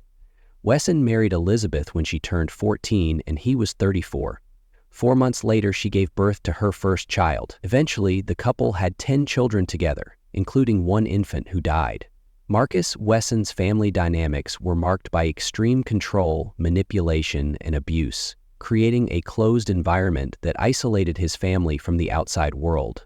Wesson fathered children with multiple women, including his own daughters and nieces, resulting in a complex and abusive family structure. He maintained simultaneous relationships, enforcing a polygamous household where he exerted absolute authority. This control extended to dictating personal aspects of their lives, such as clothing choices and daily activities. Inside Marcus Wesson's home, the rules weren't just strict, they were absolute. The family wasn't merely a collection of individuals. Wesson had transformed it into a terrifying, self-made cult, a world where he held every ounce of power. From the outside, the Wesson family appeared as any other quiet, secluded household in Fresno. But within those walls, the terrifying grip of Marcus Wesson's twisted beliefs controlled everything. Wesson believed that he was no ordinary man. In fact, he saw himself as a god, and he told his children that they were part of his divine plan. This was not just a case of misguided leadership or a problematic relationship. It was a complete distortion of religious faith, power, and control. For decades, he instilled this belief in his children. He told them that he had been chosen by God to lead them, that they owed their lives and their bodies to him. This wasn't just about family, it was about power, and Wesson used his warped sense of divinity to assert his dominance over them. The women in Wesson's household were nothing more than servants to him, stripped of autonomy. His own daughters and nieces, some as young as 12, were coerced into becoming his wives. He manipulated them into believing that these incestuous relationships were sanctioned by God. It was a disgusting perversion of family and faith, and they had no choice but to comply. Wesson demanded that they remain loyal to him in every way. His control over them was all-encompassing. He even made his daughters believe they were married to him in the eyes of God. They were raised to follow him blindly, with no room for rebellion or independent thought. To them, their existence was nothing more than a role they played in Wesson's self-constructed kingdom. The children weren't sent to school. They were kept isolated, far away from the outside world. Wesson took it upon himself to teach them, but his lessons were nothing more than brainwashing. The teachings were rooted in his delusional belief system, Christianity twisted to fit his sickening needs. They learned to see him as a godlike figure, to fear and obey him without question. The world beyond the walls of their home was a foreign place, one they were not allowed to understand or explore. As far as they knew, their lives were solely defined by their obedience to Wesson's will. He imposed strict rules on them, rules that seemed simple but were anything but. Everything they did was monitored, from what they ate to when they slept to who they could talk to. No one was allowed to leave unless Wesson deemed it acceptable. Any attempt at independence, any attempt to break free from his grasp was met with brutal punishment. Disobedience was punished harshly, and rebellion was seen as the ultimate betrayal. The family members who dared question him, particularly the daughters who started to doubt the truth of his teachings, were silenced through violence and fear. Wesson's manipulation wasn't just psychological. He would also punish his children physically, sometimes using physical violence as a way of reasserting his control. Anyone who tried to escape or even think for themselves was met with terrifying consequences. His hold on them was so strong that even when some family members tried to leave or escape, they were drawn back in, either through fear or the belief that they could not survive without him. The psychological damage caused by years of living under such manipulation took its toll. Some of the children, despite the terror they faced, began to realize that they couldn't live under this rule any longer. They started reaching out to the outside world, seeking to escape the clutches of their father. Some found ways to get in touch with the authorities, while others confided in outsiders who would listen. The tension in the house grew palpable. The family members who had been raised in this suffocating, oppressive environment began to break free, and with every attempt to escape, Marcus Wesson's hold on them began to weaken. But even as the cracks started to show, Wesson maintained his grip. His power wasn't broken just yet. The tension between the family members who wanted to escape and those still under his control simmered beneath the surface. Wesson's paranoia grew, knowing that some of his children were no longer as loyal to him as they once had been. He had built his empire within those walls, and he would not let it crumble without a fight. The house itself, once a fortress of fear, began to feel more like a ticking time bomb, ready to explode at any moment. What Marcus Wesson didn't know was that the desperation for freedom was growing in those within his grasp. They were beginning to see the possibility of life beyond the walls of his control. What they didn't know, though, was that the violence and control they had lived with for so long would soon culminate in something far more horrific than any of them could have imagined. The air in that house was thick with the weight of years of suffering, and the inevitable, tragic event was on the horizon. Wesson's control would soon face its ultimate test, and the tragic fate of his family would forever mark one of the darkest chapters in California's history. For most of the children, this was their entire reality. It was the only life they knew. But over time, some of the older children began to wake up to the nightmare they were living. Ruby, who was 17 in 2004, had always been different. She was intelligent, strong-willed, and had a quiet rebellion inside her that couldn't be suppressed forever. The emotional and physical abuse she suffered at the hands of her father had scarred her deeply. Wesson had sexually abused her since she was a young girl, and now, as an adult, she realized just how much her father's control had warped her sense of reality. Ruby had made a decision. She wanted out, not just for herself, but for her children too. Ruby had started to confide in her sister, discussing her dreams of leaving and raising her children in a life far removed from the clutches of their father. It wasn't just about escaping the abuse anymore, it was about giving her children the chance at a normal life. The fear, the manipulation, the control, Ruby was determined to break free. But Wesson wasn't blind to her intentions. He had noticed her growing resentment, her resistance to his orders, and he knew that something had to be done to stop her. Meanwhile, some of Wesson's other children had also begun to question their father's authority, but the fear of retaliation, the psychological chains he had wrapped around them, made it impossible for anyone to act. They were all afraid of the man who held their lives in his hands. Ruby and her sister knew they had to act fast. The situation had reached a boiling point. After years of living in a house ruled by fear and manipulation, Ruby and her sister made the decision to take the first step toward freedom.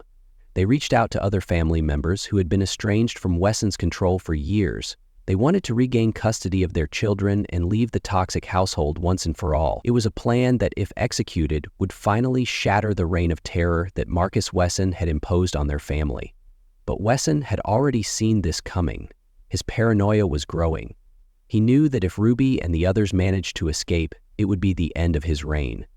He would lose his power over them, and the world would learn about the monstrous reality that had unfolded behind closed doors. He wasn't going to let that happen. For him, his children were nothing more than possessions, and when they began to fight back, they became nothing more than obstacles in his twisted vision of control. On the morning of March 12, 2004, Ruby and her relatives arrived at Wesson's house. Tensions were high, too high to ignore. They were ready to confront Wesson, demand the release of their children, and finally break free from his oppressive grip. They knew the risks, but they also knew they couldn't continue to live under his thumb any longer. Wesson, however, was prepared for a fight. He refused to let them take his children from him. The house that had been a prison for his victims would soon become a battleground. He locked the doors, refusing to let anyone in. In his mind, they were all trespassers, trying to steal what was rightfully his. As Ruby and the others demanded to take their children, Wesson's rage escalated. The situation turned from a family confrontation into something far more dangerous. At some point, Wesson retrieved a gun, a handgun, and without warning began to shoot. His first victim was his own daughter, the woman who had dared to defy him. Ruby had always been the most rebellious, and Wesson wasn't going to let her leave. One by one, he shot his children, his nieces, and even his grandchildren, each one falling to the ground in cold blood. 9 lives were taken that day. But the killings didn't stop there. Wesson shot each victim in the eye, execution style, making sure they would never live to speak the truth of what had happened in that house. He then stacked the bodies of his victims in a back bedroom, among the eerie collection of antique coffins that he had hoarded over the years. The scene was both horrifying and surreal, almost as if Wesson had turned his home into a twisted shrine to his dominance. The police arrived at the scene after receiving a 911 call from one of the family members. They had no idea what awaited them behind those walls. Upon entering the home, they were met with a scene that was unimaginable. Blood, bodies, and the overwhelming sense that something deeply evil had transpired. The sight of 9 lifeless bodies stacked in a room, surrounded by the remnants of Wesson's bizarre, cult-like beliefs, left even the most seasoned officers shaken. Marcus Wesson was arrested that day. But the story wasn't over. What law enforcement didn't know was that the full extent of his actions was even darker than they could have ever anticipated. Wesson had controlled his family for decades, using fear, manipulation, and a twisted belief system to keep them in line. But his reign had come to a violent end, and the legal battle that followed would expose the horror that had been hidden for far too long. When the police arrived at Marcus Wesson's home in Fresno on that fateful March day, what they encountered was beyond comprehension. The scene was every investigator's nightmare. Yet, it was all too real. 9 victims, ranging from young children to young adults, lay dead in a back bedroom. Each of them had been shot in the eye, execution shell, a chilling method that suggested the work of someone with a twisted sense of control. The room itself was eerily silent, its cold atmosphere reflecting the brutal violence that had unfolded just hours before. A closer look would reveal even more horrifying details. Antique coffins scattered throughout the house, a morbid symbol of Marcus Wesson's self-declared authority as the patriarch, a man who believed he had dominion over life and death.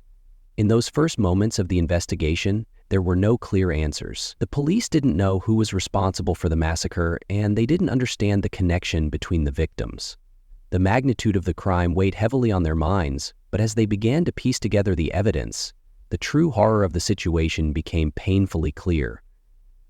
Marcus Wesson was taken into custody without resistance. He was a man who had controlled his family with an iron fist for years, a man who had isolated them from the outside world and forced them to live under his twisted, manipulative rule.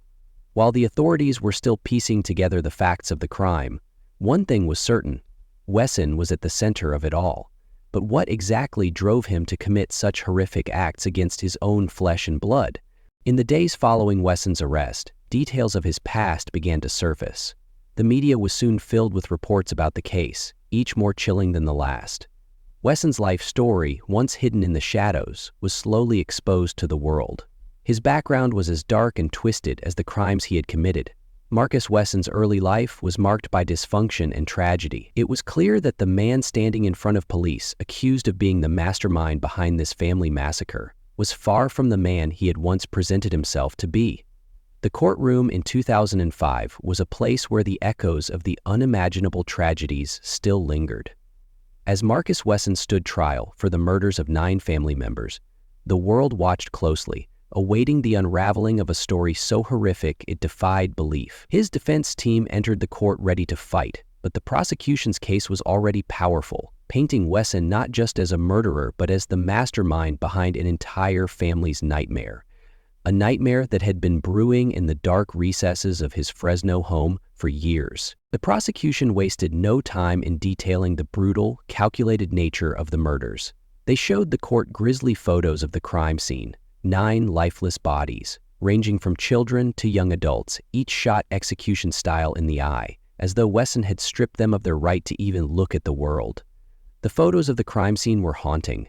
One bedroom lined with antique coffins, where these innocent lives were taken in the most heartless way imaginable. The prosecution hammered home the reality of the situation. This was not a spur-of-the-moment crime. This was years of manipulation, control, and emotional abuse that culminated in a mass murder. Marcus Wesson had used fear, coercion, and his own perverse belief system to enslave his family. He had convinced his daughters and nieces that they were bound to him, not just by blood, but by an almost spiritual connection. He had made them believe that he was a deity, their God, and they, tragically, had followed his every command. But it wasn't just the brutality of the murders that made the prosecution's case so powerful. It was the sheer scope of Wesson's influence. He had isolated his family from the outside world, sheltering them from any chance of escape. His children had been homeschooled in a way that only perpetuated his bizarre beliefs. He controlled who could speak, where they could go, and who they could be around. This was not a family, it was a cult, a toxic environment that preyed on its most vulnerable members. And it all came crashing down when family members, desperate for their children's safety, finally fought back. The jury was shown a deeply disturbing photo of Wesson's home, a small, cramped house filled with cages, an eerie collection of antique coffins, and a haunting, overwhelming sense of fear that seemed to cling to every surface. The victims, his own flesh and blood, had been locked in a life of unimaginable suffering, a life shaped entirely by the will of a man who saw himself as untouchable, a man who believed that his reign of terror was justified by a self-constructed belief in his divine power. The prosecution's case was further bolstered by survivor testimony. One of Wesson's daughters, who had escaped the grip of his control years earlier, gave a wrenching testimony, describing the years of physical and emotional abuse she had endured. She spoke of her father's manipulations, the false promises of salvation, and the ways in which he had used his twisted version of religion to control every aspect of her life. This survivor, who had broken free from the clutches of the monster that was Marcus Wesson, gave the court an inside look into the suffocating control he had over his family. Her testimony, filled with heartache and pain, painted a picture of a man who had turned a family into his own private prison. But even with the mounting evidence and survivor testimony, the defense team sought to paint a different picture. They argued that Marcus Wesson was not the cold, calculating killer the prosecution claimed he was. They suggested that one of Wesson's daughters, Sarah, had been the actual perpetrator of the murders. They tried to create doubt by suggesting that Wesson had been the victim of an emotionally unstable daughter who had turned on him. This, they argued, was the real explanation for the horrific deaths. But the prosecution wasn't buying it. They methodically refuted the defense's claims, showing that there was no evidence to suggest that Sarah had committed the murders. They pointed out that Wesson's actions had been carefully planned, executed with precision, and had only ended when he had eliminated everyone who could expose him. His hands were covered in blood, and no amount of defense strategy could conceal that truth. As the trial neared its end, the prosecution made their closing argument. Marcus Wesson was not a victim of circumstance. He was a predator who had preyed upon his own flesh and blood, using his position as a father to create a life of terror, manipulation, and control. He had been the one pulling the strings, making the decisions, and executing the murder of each of his family members. Wesson had played God, and for that, he would pay the ultimate price. The defense, on the other hand, tried to leave doubt in the minds of the jurors, but it was clear that their arguments couldn't shake the foundation of the case. Wesson's crimes were not just physical, they were deeply psychological. They involved years of torment, manipulation, and control. The final image that the jury had in their minds was not just of a man who killed, but of a man who destroyed lives for his own twisted vision of power. After weeks of testimony, the jury deliberated. The evidence was overwhelming, the testimonies heartbreaking, and the crimes unspeakable. It took only a few hours for the jury to come to their decision. The verdict was clear: guilty on all counts. Marcus Wesson was convicted of 9 counts of first-degree murder, along with multiple charges of sexual abuse. In the days that followed, Wesson's sentencing was swift. The man who had terrorized his family, who had manipulated and controlled them for years, would now face the ultimate punishment. He was sentenced to death, a stark reminder that there are monsters who walk among us, disguised as fathers, uncles, and brothers. For his victims, there was no redemption. The trial was over, but the damage had already been done. The scars left on the survivors, the community, and the victims' memories would last forever. Wesson's fate was sealed, but the horrific image of what he had done would haunt those who had been left behind. For them, the trial had been just one chapter in a never-ending nightmare. When the horrific news broke about the massacre that had taken place inside a quiet house in Fresno, the community was left in shock. The murders of 9 family members, including children as young as a few years old, sent ripples of disbelief through the city. Fresno, a place known for its family-friendly atmosphere and tight-knit neighborhoods, suddenly felt like an entirely different world. The idea that such a brutal crime could happen so close to home was simply unfathomable. In Fresno, the aftermath of the massacre left a trail of questions. Many local residents were haunted by the thought that something so brutal could happen in their midst. It left the community wondering what could have been done to prevent such a tragedy, and how many other families might be suffering in silence. The case became a grim reminder that even in seemingly peaceful neighborhoods, there can be unimaginable darkness hidden behind closed doors. It was a wake-up call for everyone, not just in Fresno but across the nation, to be more vigilant and to not ignore the signs of abuse, isolation, and control. In the wake of the tragedy, the city of Fresno took steps to address the larger issues that had been brought to light. Social services, law enforcement, and community leaders began reevaluating their approaches to family violence, cult-like groups, and the dangers of unchecked manipulation. There was an increased awareness of the signs of control and abuse, and many organizations started to provide better resources for those who might be at risk. The case also prompted discussions about the importance of mental health and the need for more resources for families and individuals suffering from trauma and abuse. But even as the city tried to heal, the physical remnants of the massacre remained. The house where the killings had taken place became a focal point for local residents, many of whom were eager to see it demolished. In 2005, after much debate, the house was finally torn down, and the land was left vacant as a stark reminder of the horror that had unfolded there. While this act of demolition may have symbolized an attempt to erase the darkness associated with the place, it couldn't erase the memories of those who had suffered inside those walls. The lot where the house once stood remained empty for years, an eerie, vacant space that served as a permanent reminder of what had transpired. The city of Fresno, like the survivors, was left to try and move forward. But the question lingered: how did no one see the signs? How could a family endure such cruelty for so long, and how could one man exert such a horrifying level of control over so many lives? The impact of the tragedy would be felt for generations. As the years passed, the effects of Marcus Wesson's crimes continued to reverberate across the community. The legacy of the massacre became a part of Fresno's history, a reminder that evil can lurk where you least expect it.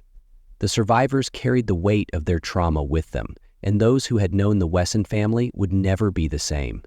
Fresno had been forever changed by the horrors that had unfolded in the heart of their city. But despite the darkness that had descended upon the community, there was also a resolve to move forward, to protect the vulnerable, and to ensure that something like this would never happen again. The tragedy forced people to look inward and reevaluate their assumptions about what was happening in their own neighborhoods. It also prompted a greater sense of responsibility within the community, urging residents to be more proactive when it came to spotting signs of abuse, controlling behavior, and potential cult-like influences. In the years that followed, the city began healing, but the scars of the massacre remained etched in the collective memory of Fresno. And while time may have dulled some of the pain, the tragedy would never be forgotten. It remained a powerful reminder that even in the most unlikely places, darkness can take root, and the most horrific secrets can lie hidden in plain sight. Wesson is still incarcerated today, sentenced to death, but the true scope of his control and the lasting effects of his actions are something the world will never forget. This case highlights a terrifying reality: the evil that can hide behind a facade of familial love, the destruction that can be caused by unchecked power, and the lengths to which people can go to hide their darkest secrets. It's a stark reminder that even in the most ordinary places, the unimaginable can unfold. The lessons from this tragedy extend far beyond the walls of Marcus Wesson's home, reminding us of the importance of vigilance, the need for protection, and the tragic consequences of silence. As we reflect on this haunting case, one question remains: what if someone had spoken out sooner? What if those who saw the signs had acted before it was too late? The answers to these questions may never come, but the memory of the victims and their suffering will continue to shape the way we view control, family, and the dangerous power of manipulation. If you're disturbed by what you've heard today, you're not alone. This story isn't just a tale of a tragic massacre. It's a warning. If you have thoughts on how these patterns can be prevented, or wish to share your own reflections, leave a comment below. Don't forget to like, subscribe, and hit the bell for more deep dives into some of the most chilling true crime stories. Thanksgiving, a time for family, gratitude, and warmth. In 2009, the Sitton family in Jupiter, Florida, gathered just like millions of others across the country. The aroma of turkey filled the air, children laughed, and the piano played softly in the background. But that night, as the family joined hands in prayer and celebrated what they thought would be a cherished holiday, one of their own sat quietly, harboring a deadly plan. Paul Michael Merhige wasn't just a guest at the table. He was a man with years of silent anger festering beneath the surface. And as the clock ticked closer to midnight, the joy of Thanksgiving shattered in an instant. Shots rang out, screams pierced the air, and in mere moments the Sitton household went from a picture of love to a scene of horror. 4 lives were lost, including 6-year-old Michaela, who had been singing lullabies moments before. What could drive a man to target his own family? What was hidden behind Paul's calm demeanor that no one saw coming? This is the story of betrayal, tragedy, and a Thanksgiving that became one family's darkest nightmare. The Sitton family's Thanksgiving gathering on November 26, 2009 began like any other. Jim and Muriel Sitton had opened their home in Jupiter, Florida to relatives for a holiday steeped in tradition, one filled with laughter, music, and a sense of togetherness. Among the 16 family members present were Paul Michael Merhige, his twin sisters Carla and Lisa's husband Patrick Knight. For 6-year-old Michaela Sitton, the evening was magical. She spent the night singing sweet melodies for the family, her innocence a beacon of light in the room.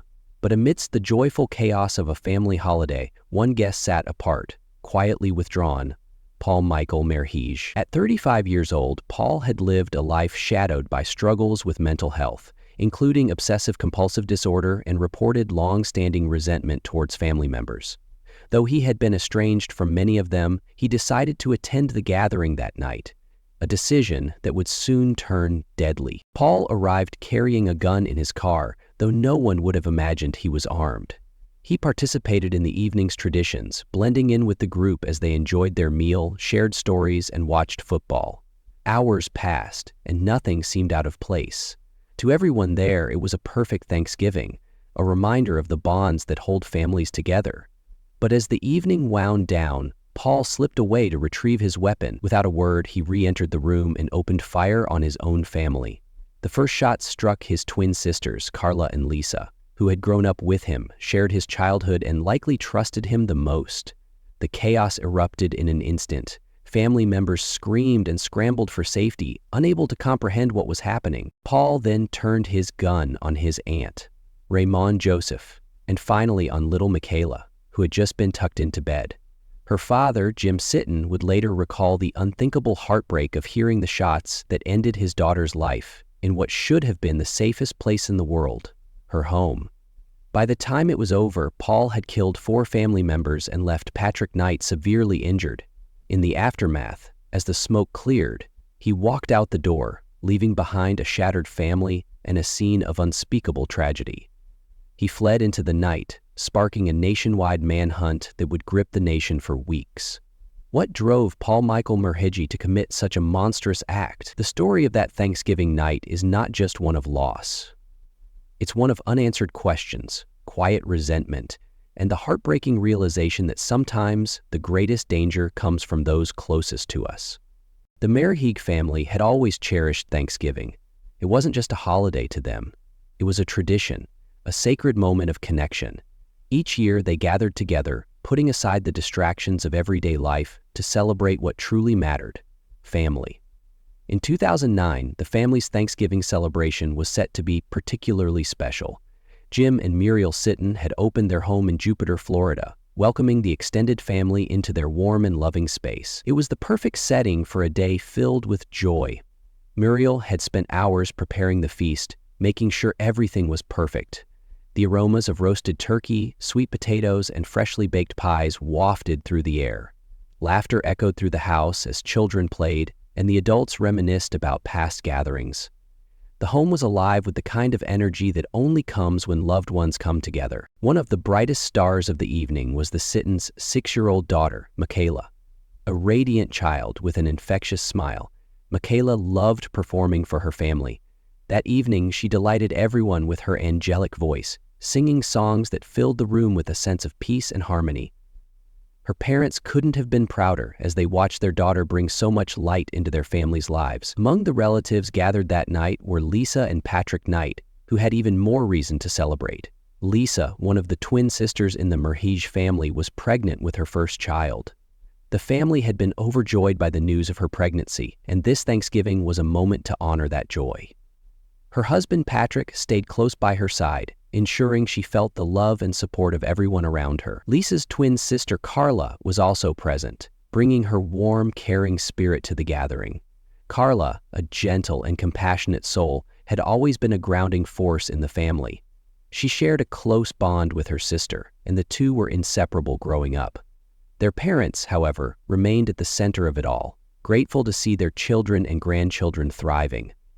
But among the familiar faces of joy and celebration that night was another family member, someone who had been noticeably absent from gatherings for years. That person was Paul Michael Murhigi, Lisa and Carla's older brother. His presence at the Thanksgiving table was both unexpected and quietly noted. For years, Paul had been on the periphery of family events, estranged from his siblings and parents due to a combination of personal struggles and unresolved tensions. Paul's life had not followed the same trajectory as his siblings. While the others had built families, careers, and stable lives, Paul had faced a series of setbacks that left him isolated and bitter. He had been diagnosed with obsessive-compulsive disorder and chronic depression, conditions that had plagued him for years. His family, though loving and supportive, had struggled to bridge the growing emotional distance between them and Paul. He often blamed others for his misfortunes, harboring resentment that only deepened over time. Despite these challenges, the family had always hoped for reconciliation. In the spirit of Thanksgiving, a holiday meant for forgiveness, gratitude, and second chances, they welcomed Paul into their home that evening. It was a gesture of love, a sign that they still believed in his capacity to reconnect. For most of the evening, it seemed like a step in the right direction. Paul ate alongside the family, shared polite conversation, and even smiled during the playful moments. He joined in as the family gathered around the piano, singing songs and basking in the warmth of the moment. But beneath Paul's calm exterior, something darker was taking shape. What no one could have known, what no one could have even imagined, was that Paul had come to the dinner with a plan. For years, he had carried anger and bitterness, quietly blaming his family for his struggles. And now, in the place where he should have felt the most love, surrounded by those who had opened their arms to him, Paul saw only resentment and an opportunity to act on it. The family, unaware of what lay ahead, continued their evening as they always did, sharing stories, laughing, and making memories. For them, this was just another Thanksgiving to cherish. For Paul, it was the night he had been waiting for, the night his dark thoughts would finally find their outlet. It's hard to imagine that someone could sit at a table filled with love and joy while harboring such destructive intentions. But Paul did just that. He sat among his family, smiling at their jokes and enjoying their company, all the while knowing that this Thanksgiving would end in tragedy. The warmth and unity that defined the Merhedge family were about to be torn apart in an instant. November 26, 2009. It was Thanksgiving Day in Jupiter, Florida, and the Sitton family home was alive with the warmth of the holiday. Jim and Muriel Sitton had spent days preparing for this gathering, a celebration meant to bring their family closer together. The smells of roasted turkey, stuffing, and freshly baked pies filled the air, blending with the laughter of loved ones and the hum of conversation. It was the kind of evening that felt timeless, where every smile and every shared story felt like a treasured moment in the making. Gathered inside the home were 16 relatives, spanning generations. The family was diverse yet united in their joy, celebrating a tradition that brought them together every year. Among them was 6-year-old Michaela Sitton, Jim and Muriel's only daughter. Michaela was a vibrant, curious child with a love for music and performing. That evening, as the family settled into the cozy living room after dinner, Michaela's sweet voice filled the space. She sang songs for her relatives, her angelic tone captivating everyone. Her father, Jim, couldn't help but record the moment, smiling proudly as he captured his daughter's innocence and joy.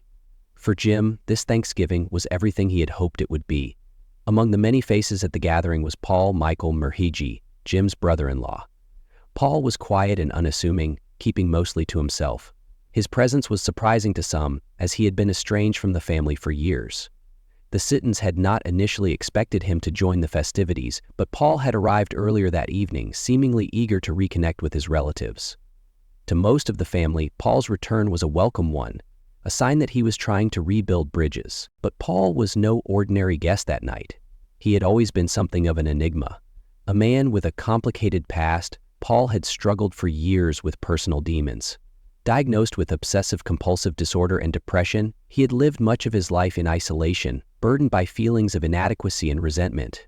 His relationships with his twin sisters, Lisa and Carla, had been strained, marked by years of unresolved tension. Still, on this Thanksgiving night, Paul appeared to set aside his differences, blending into the familial atmosphere as if nothing were amiss. The evening unfolded like a perfect Thanksgiving should. The family gathered around the dining table, offering prayers of gratitude before digging into the feast.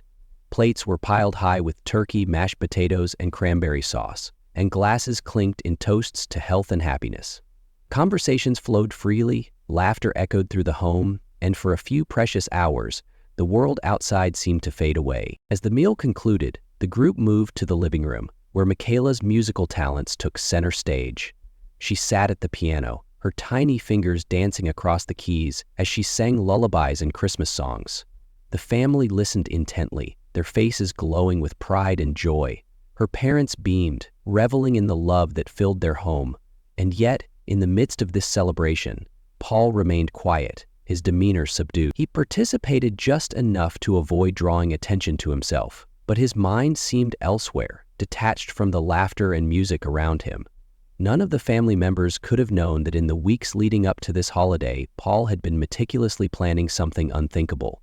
He had purchased several firearms and made significant withdrawals from his bank account.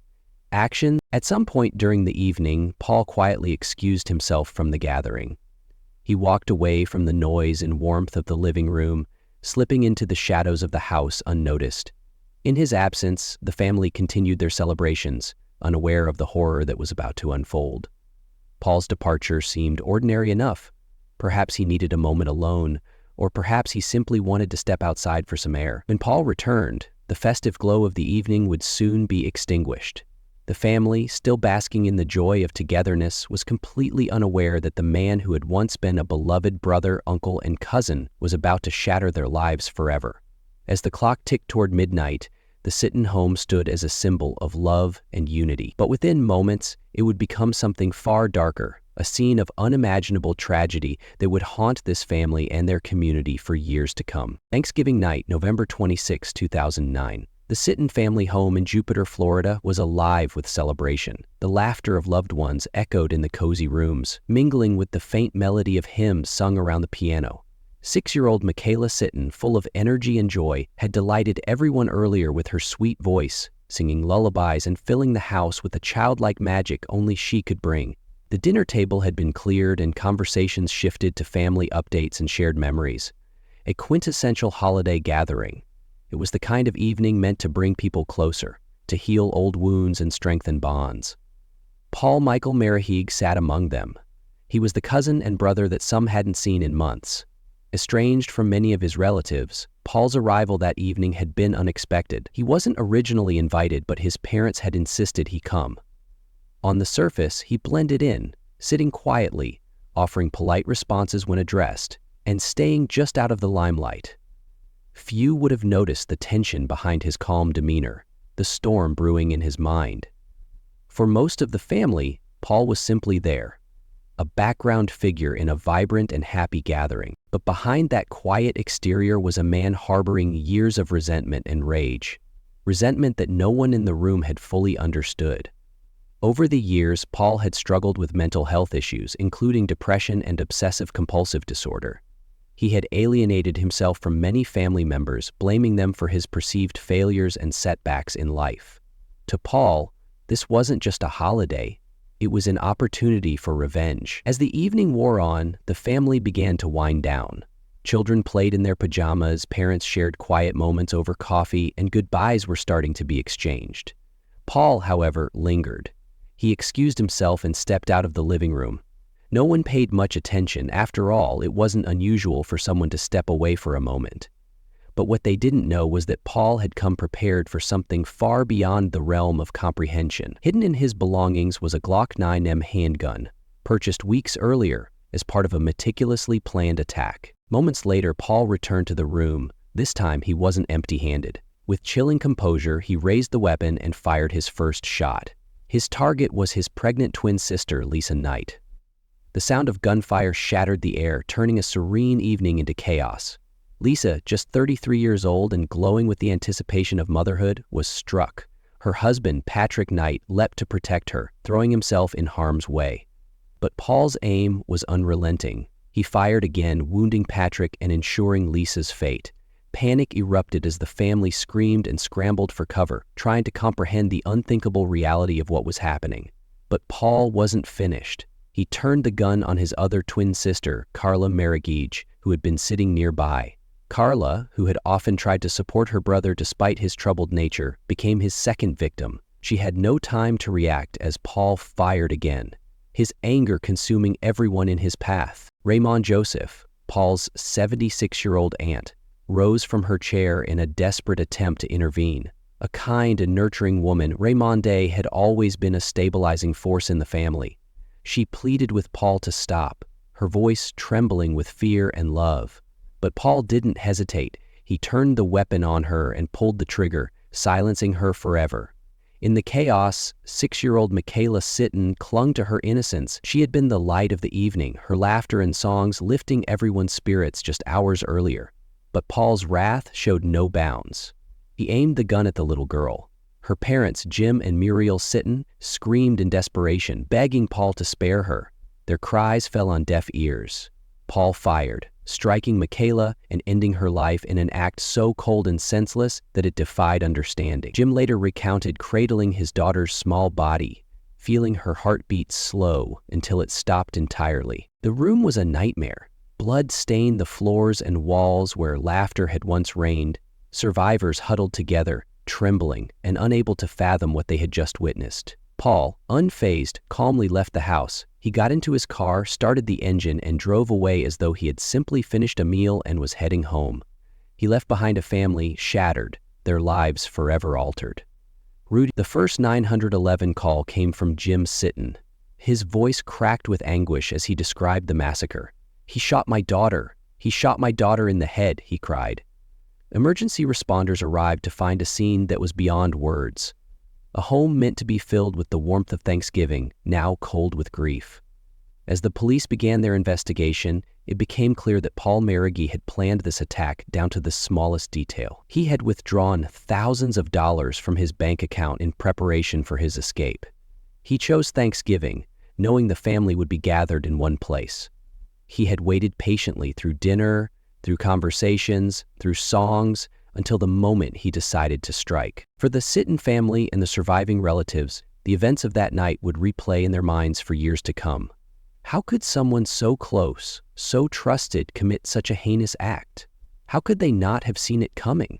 These questions would haunt them as they grappled with their loss and the horrifying reality of betrayal from within their own family. And as the clock struck midnight on that Thanksgiving night, the Sitton family's lives would never be the same again. The joyous holiday they once loved had turned into a nightmare that no one could ever forget. The world would soon learn of this unimaginable tragedy, and the search for Paul Michael Merhige had just begun. In the chilling silence that followed the gunshots, the Sitton family home, once filled with laughter, music, and the comforting aromas of a Thanksgiving feast, was left in chaos. Paul Michael Merhige, the man who had been a quiet presence at the table just hours earlier, had turned the holiday celebration into a scene of unimaginable horror. The echoes of gunfire lingered, and the cries of the survivors filled the air as they rushed to comprehend the devastating reality. 4 family members were gone, their lives stolen in an instant. The aftermath was an emotional and physical devastation that rippled far beyond the home. Carla Merhige, Paul's twin sister, was among the victims. Known for her compassion and loving nature, Carla had spent her life trying to support and understand her troubled brother, never suspecting that she would become one of his targets. Lisa Knight, Paul's other twin sister, was killed alongside her unborn child, a mother-to-be who had been joyously looking forward to the arrival of her firstborn. Their aunt, Raymonde Joseph, the family matriarch, was a beacon of strength and wisdom for the Merhige clan. And perhaps most heart-wrenching of all, 6-year-old Michaela Sitton, the youngest victim, who had spent the evening singing Christmas carols, was struck down in a moment of pure innocence. The survivors, though physically unharmed, were left emotionally shattered. Jim and Muriel Sitton, the parents of Michaela, were thrust into a nightmarish reality that no parent should ever face.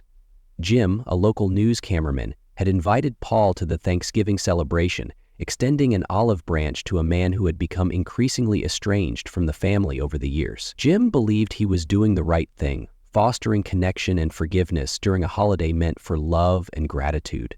But that decision would haunt him for the rest of his life.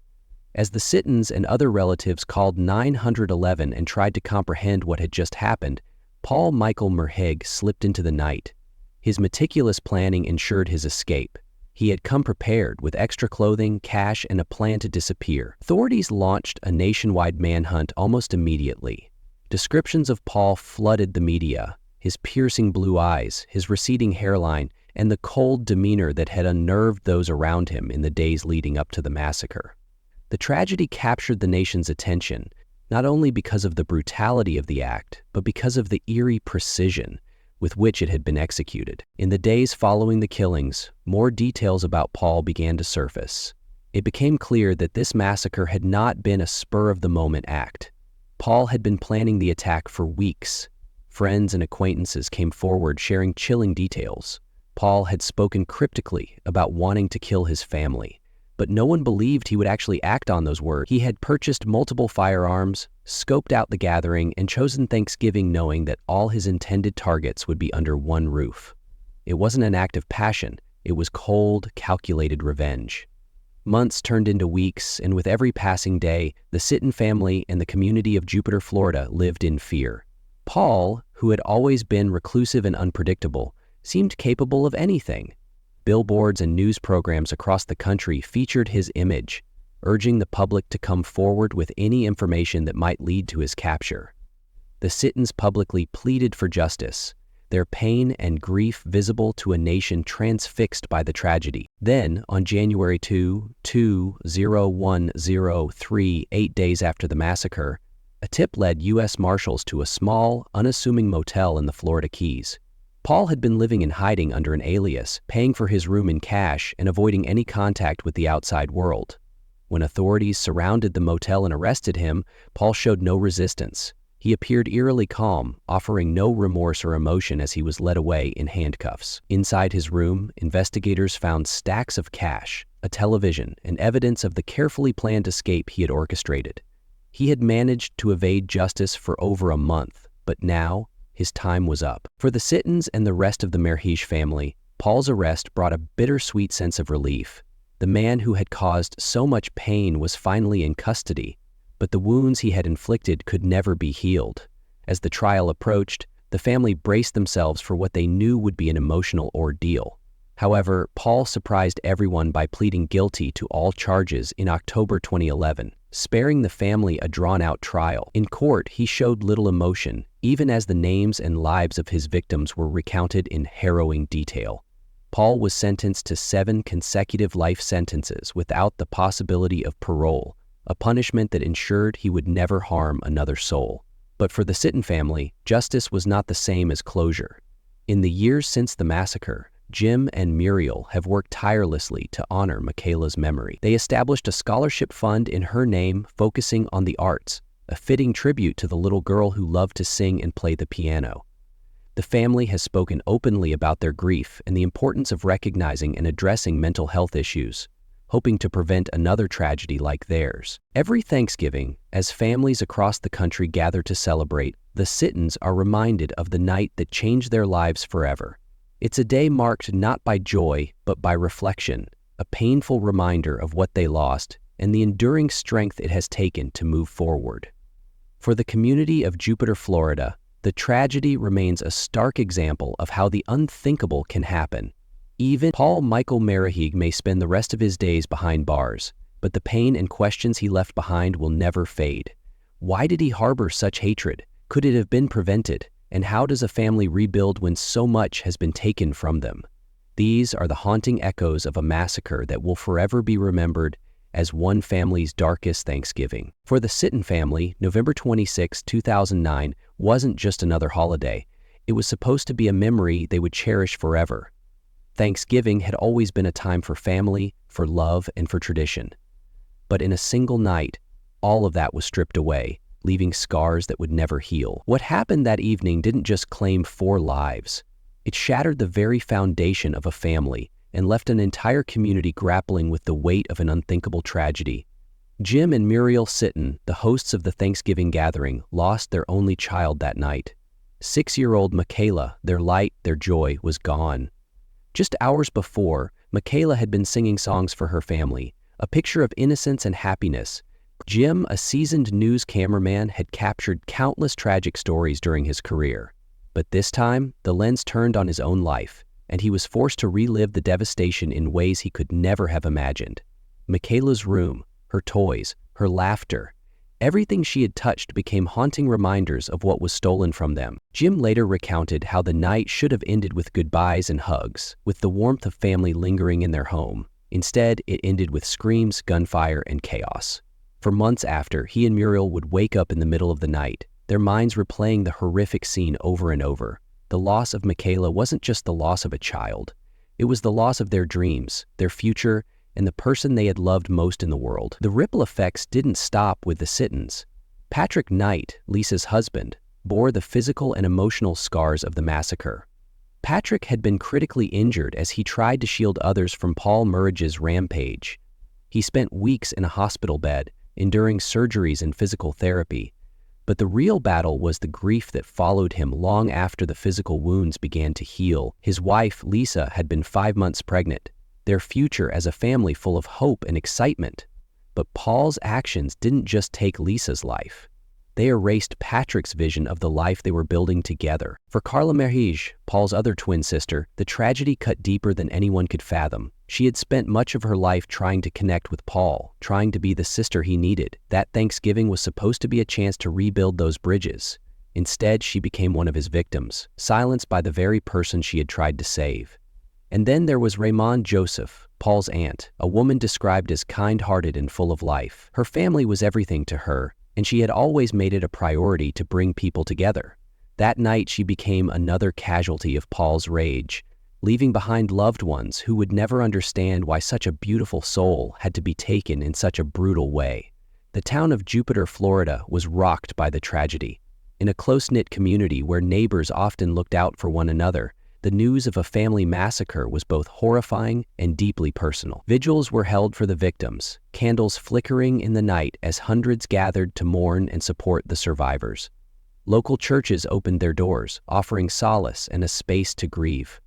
For weeks, the names of the victims were spoken in whispers, their stories retold in classrooms, coffee shops, and homes. But with the shock came questions. Hard, painful questions that no one wanted to ask, but everyone needed answers to. How could this have happened? How did a man like Paul Michael Merhige, with a documented history of mental illness and violent tendencies, go unnoticed until it was too late? Family members later revealed that they had reservations about inviting Paul to the gathering. Some had even voiced concerns about his unpredictable behavior, but those warnings were dismissed. After all, it was Thanksgiving. It was a time for forgiveness, for family, for second chances. No one could have imagined the consequences of that decision. The tragedy also brought attention to broader societal issues, particularly the stigma surrounding mental health. Paul's struggles with obsessive-compulsive disorder and depression were well documented, but they were treated as personal failings rather than signs of a deeper, unresolved issue. His relatives had seen glimpses of his anger before, disputes over money, simmering resentment, and a history of estrangement. But like so many families, they had brushed it aside, hoping time would heal wounds that were never truly addressed. For the Sitton family, turning their grief into action became a way to survive. Jim and Muriel established the Michaela Joy Sitton Foundation in honor of their daughter, focusing on celebrating her love of music and the arts while supporting families affected by tragedy. They poured their energy into keeping Michaela's memory alive, speaking openly about their loss in interviews and at community events. Jim, a man who had spent decades telling other people's stories, found himself at the center of his own, one he never wanted to tell. The legacy of the 2009 Thanksgiving massacre continues to be felt, not just by the victims' families, but by the entire Jupiter community. It's a haunting reminder of how quickly life can change and the importance of addressing the cracks that often go unnoticed in our loved ones. For the Sittons, the holiday season will forever be marked by the absence of laughter, by the memories of what was, and by the questions of what could have been. But through their pain, they've found a way to honor those lost, ensuring that their lives, however short, continue to make an impact on the world. As the echoes of gunfire faded, the full weight of what had just happened began to set in. 4 members of the Merhige and Sitton families were gone. A day meant to be filled with love, gratitude, and togetherness was now etched into memory as a nightmare of unimaginable proportions. And yet, as the survivors grappled with their loss, the question lingered. Why? What led Paul Michael Merhige, a man they called family, to carry out such a calculated and cold-blooded attack? To understand the unthinkable, we must dig deeper into his past, his relationships, and the broader issues that this tragedy exposes. For years, Paul Merhige had been a man struggling with inner demons. Described by some who knew him as reclusive, Paul lived with severe mental health challenges, including obsessive-compulsive disorder and depression. He had spent much of his adult life in isolation, withdrawing from both social connections and family. While his struggles weren't a secret, they were never fully confronted. The Merhige family, like so many others, seemed unsure of how to handle a relative with such profound emotional difficulties. Conversations about his behavior were likely had behind closed doors, but no meaningful steps were taken to address the warning signs. Signs that, in hindsight, seemed glaringly obvious. What's chilling about this case is the level of premeditation involved. Paul didn't arrive at the Thanksgiving gathering on a whim. He knew he wasn't invited, but he chose to show up anyway. In the weeks leading up to the massacre, he legally purchased firearms, including the Glock handgun he would use to commit the murders. He had ample time to reconsider, to turn back, to seek help. Instead, Paul joined the family, sat at their table, ate their food, and participated in their joy, all while harboring the deadly intent that he would soon carry out. This duality, his ability to mask his rage while outwardly participating in the holiday festivities, is one of the most unsettling aspects of the case. It raises an uncomfortable truth. Sometimes those closest to us can conceal the most dangerous parts of themselves. For hours, Paul appeared calm, even friendly, as he sat among his relatives. He laughed, he listened, and he even sang along with little Michaela Sitton as she performed her favorite songs on the piano. But underneath, there was no joy, only a simmering, quiet hatred that would soon erupt. In the aftermath, survivors and investigators alike were left to piece together the motives behind Paul's actions. His history reveals a man consumed by resentment, Paul had reportedly felt overshadowed by his twin sisters, Lisa Knight and Carla Murhigi, whom he viewed as more successful and more beloved by their family. He had also carried grudges against his aunt, Raymond Joseph, and others present at the gathering. These feelings of inadequacy and jealousy had festered for years, unchecked and unspoken. And on that Thanksgiving night, Paul decided to settle his perceived scores in the most brutal way imaginable. This tragedy forces us to confront uncomfortable questions about the nature of family dynamics. The Murhigi family likely believed they were doing the right thing by tolerating Paul's eccentricities, by trying to include him despite his isolation, and by avoiding direct confrontation over his behavior. But was this silence their undoing? Could open dialogue, intervention, or even a stronger stance against his attendance that evening have prevented the massacre? It's a haunting question with no easy answer. The massacre also shines a harsh light on the stigma surrounding mental health. Paul's erratic behavior and long-standing issues were well known, yet there was a reluctance to address them head-on. Why? Perhaps because mental health struggles often remain shrouded in shame, even within families. It's easier to avoid, to sweep things under the rug, to hope the problem resolves itself. But for the survivors, the weight of this tragedy is immeasurable. Jim Sitton, who lost his 6-year-old daughter, Michaela, has spoken publicly about the profound grief that still lingers. Michaela was the light of the family, a little girl with a passion for music and a heart full of kindness. She had spent the evening performing songs for her relatives, filling the house with the innocence of childhood. Her loss is a reminder of how fragile life can be and how deeply violence reverberates through the lives of those left behind. In the years since, the Sittons and others have tried to channel their grief into something meaningful. They've advocated for mental health awareness and have worked to honor the memory of their loved ones, particularly Michaela. But no amount of advocacy, no foundation, no public outreach can ever truly fill the void left by that Thanksgiving night. And then there's the broader societal reflection.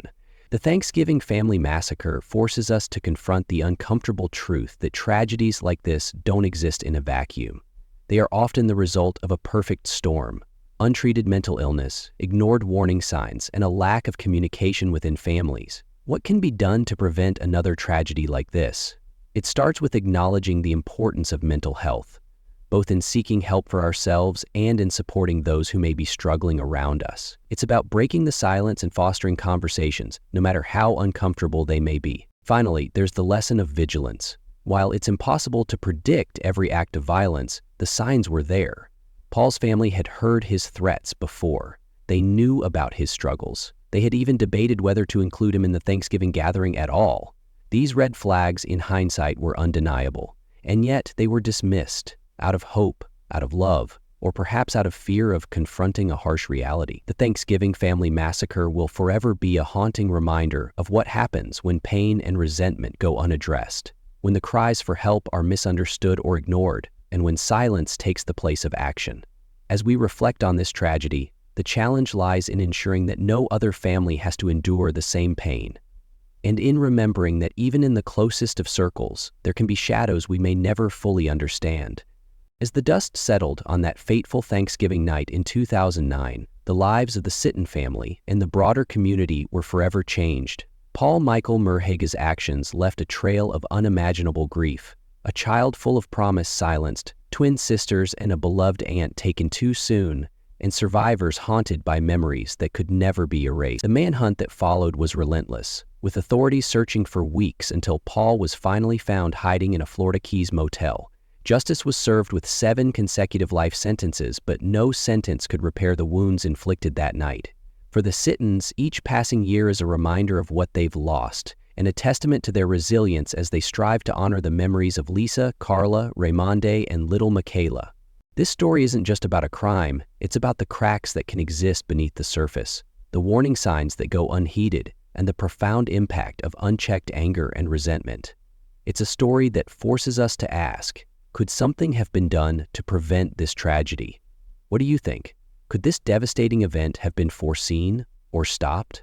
Share your thoughts in the comments below. And if stories like this move you, please hit the like button, subscribe, and turn on notifications to join us for more true crime stories that explore the darkest corners of humanity and the light we strive to find within it.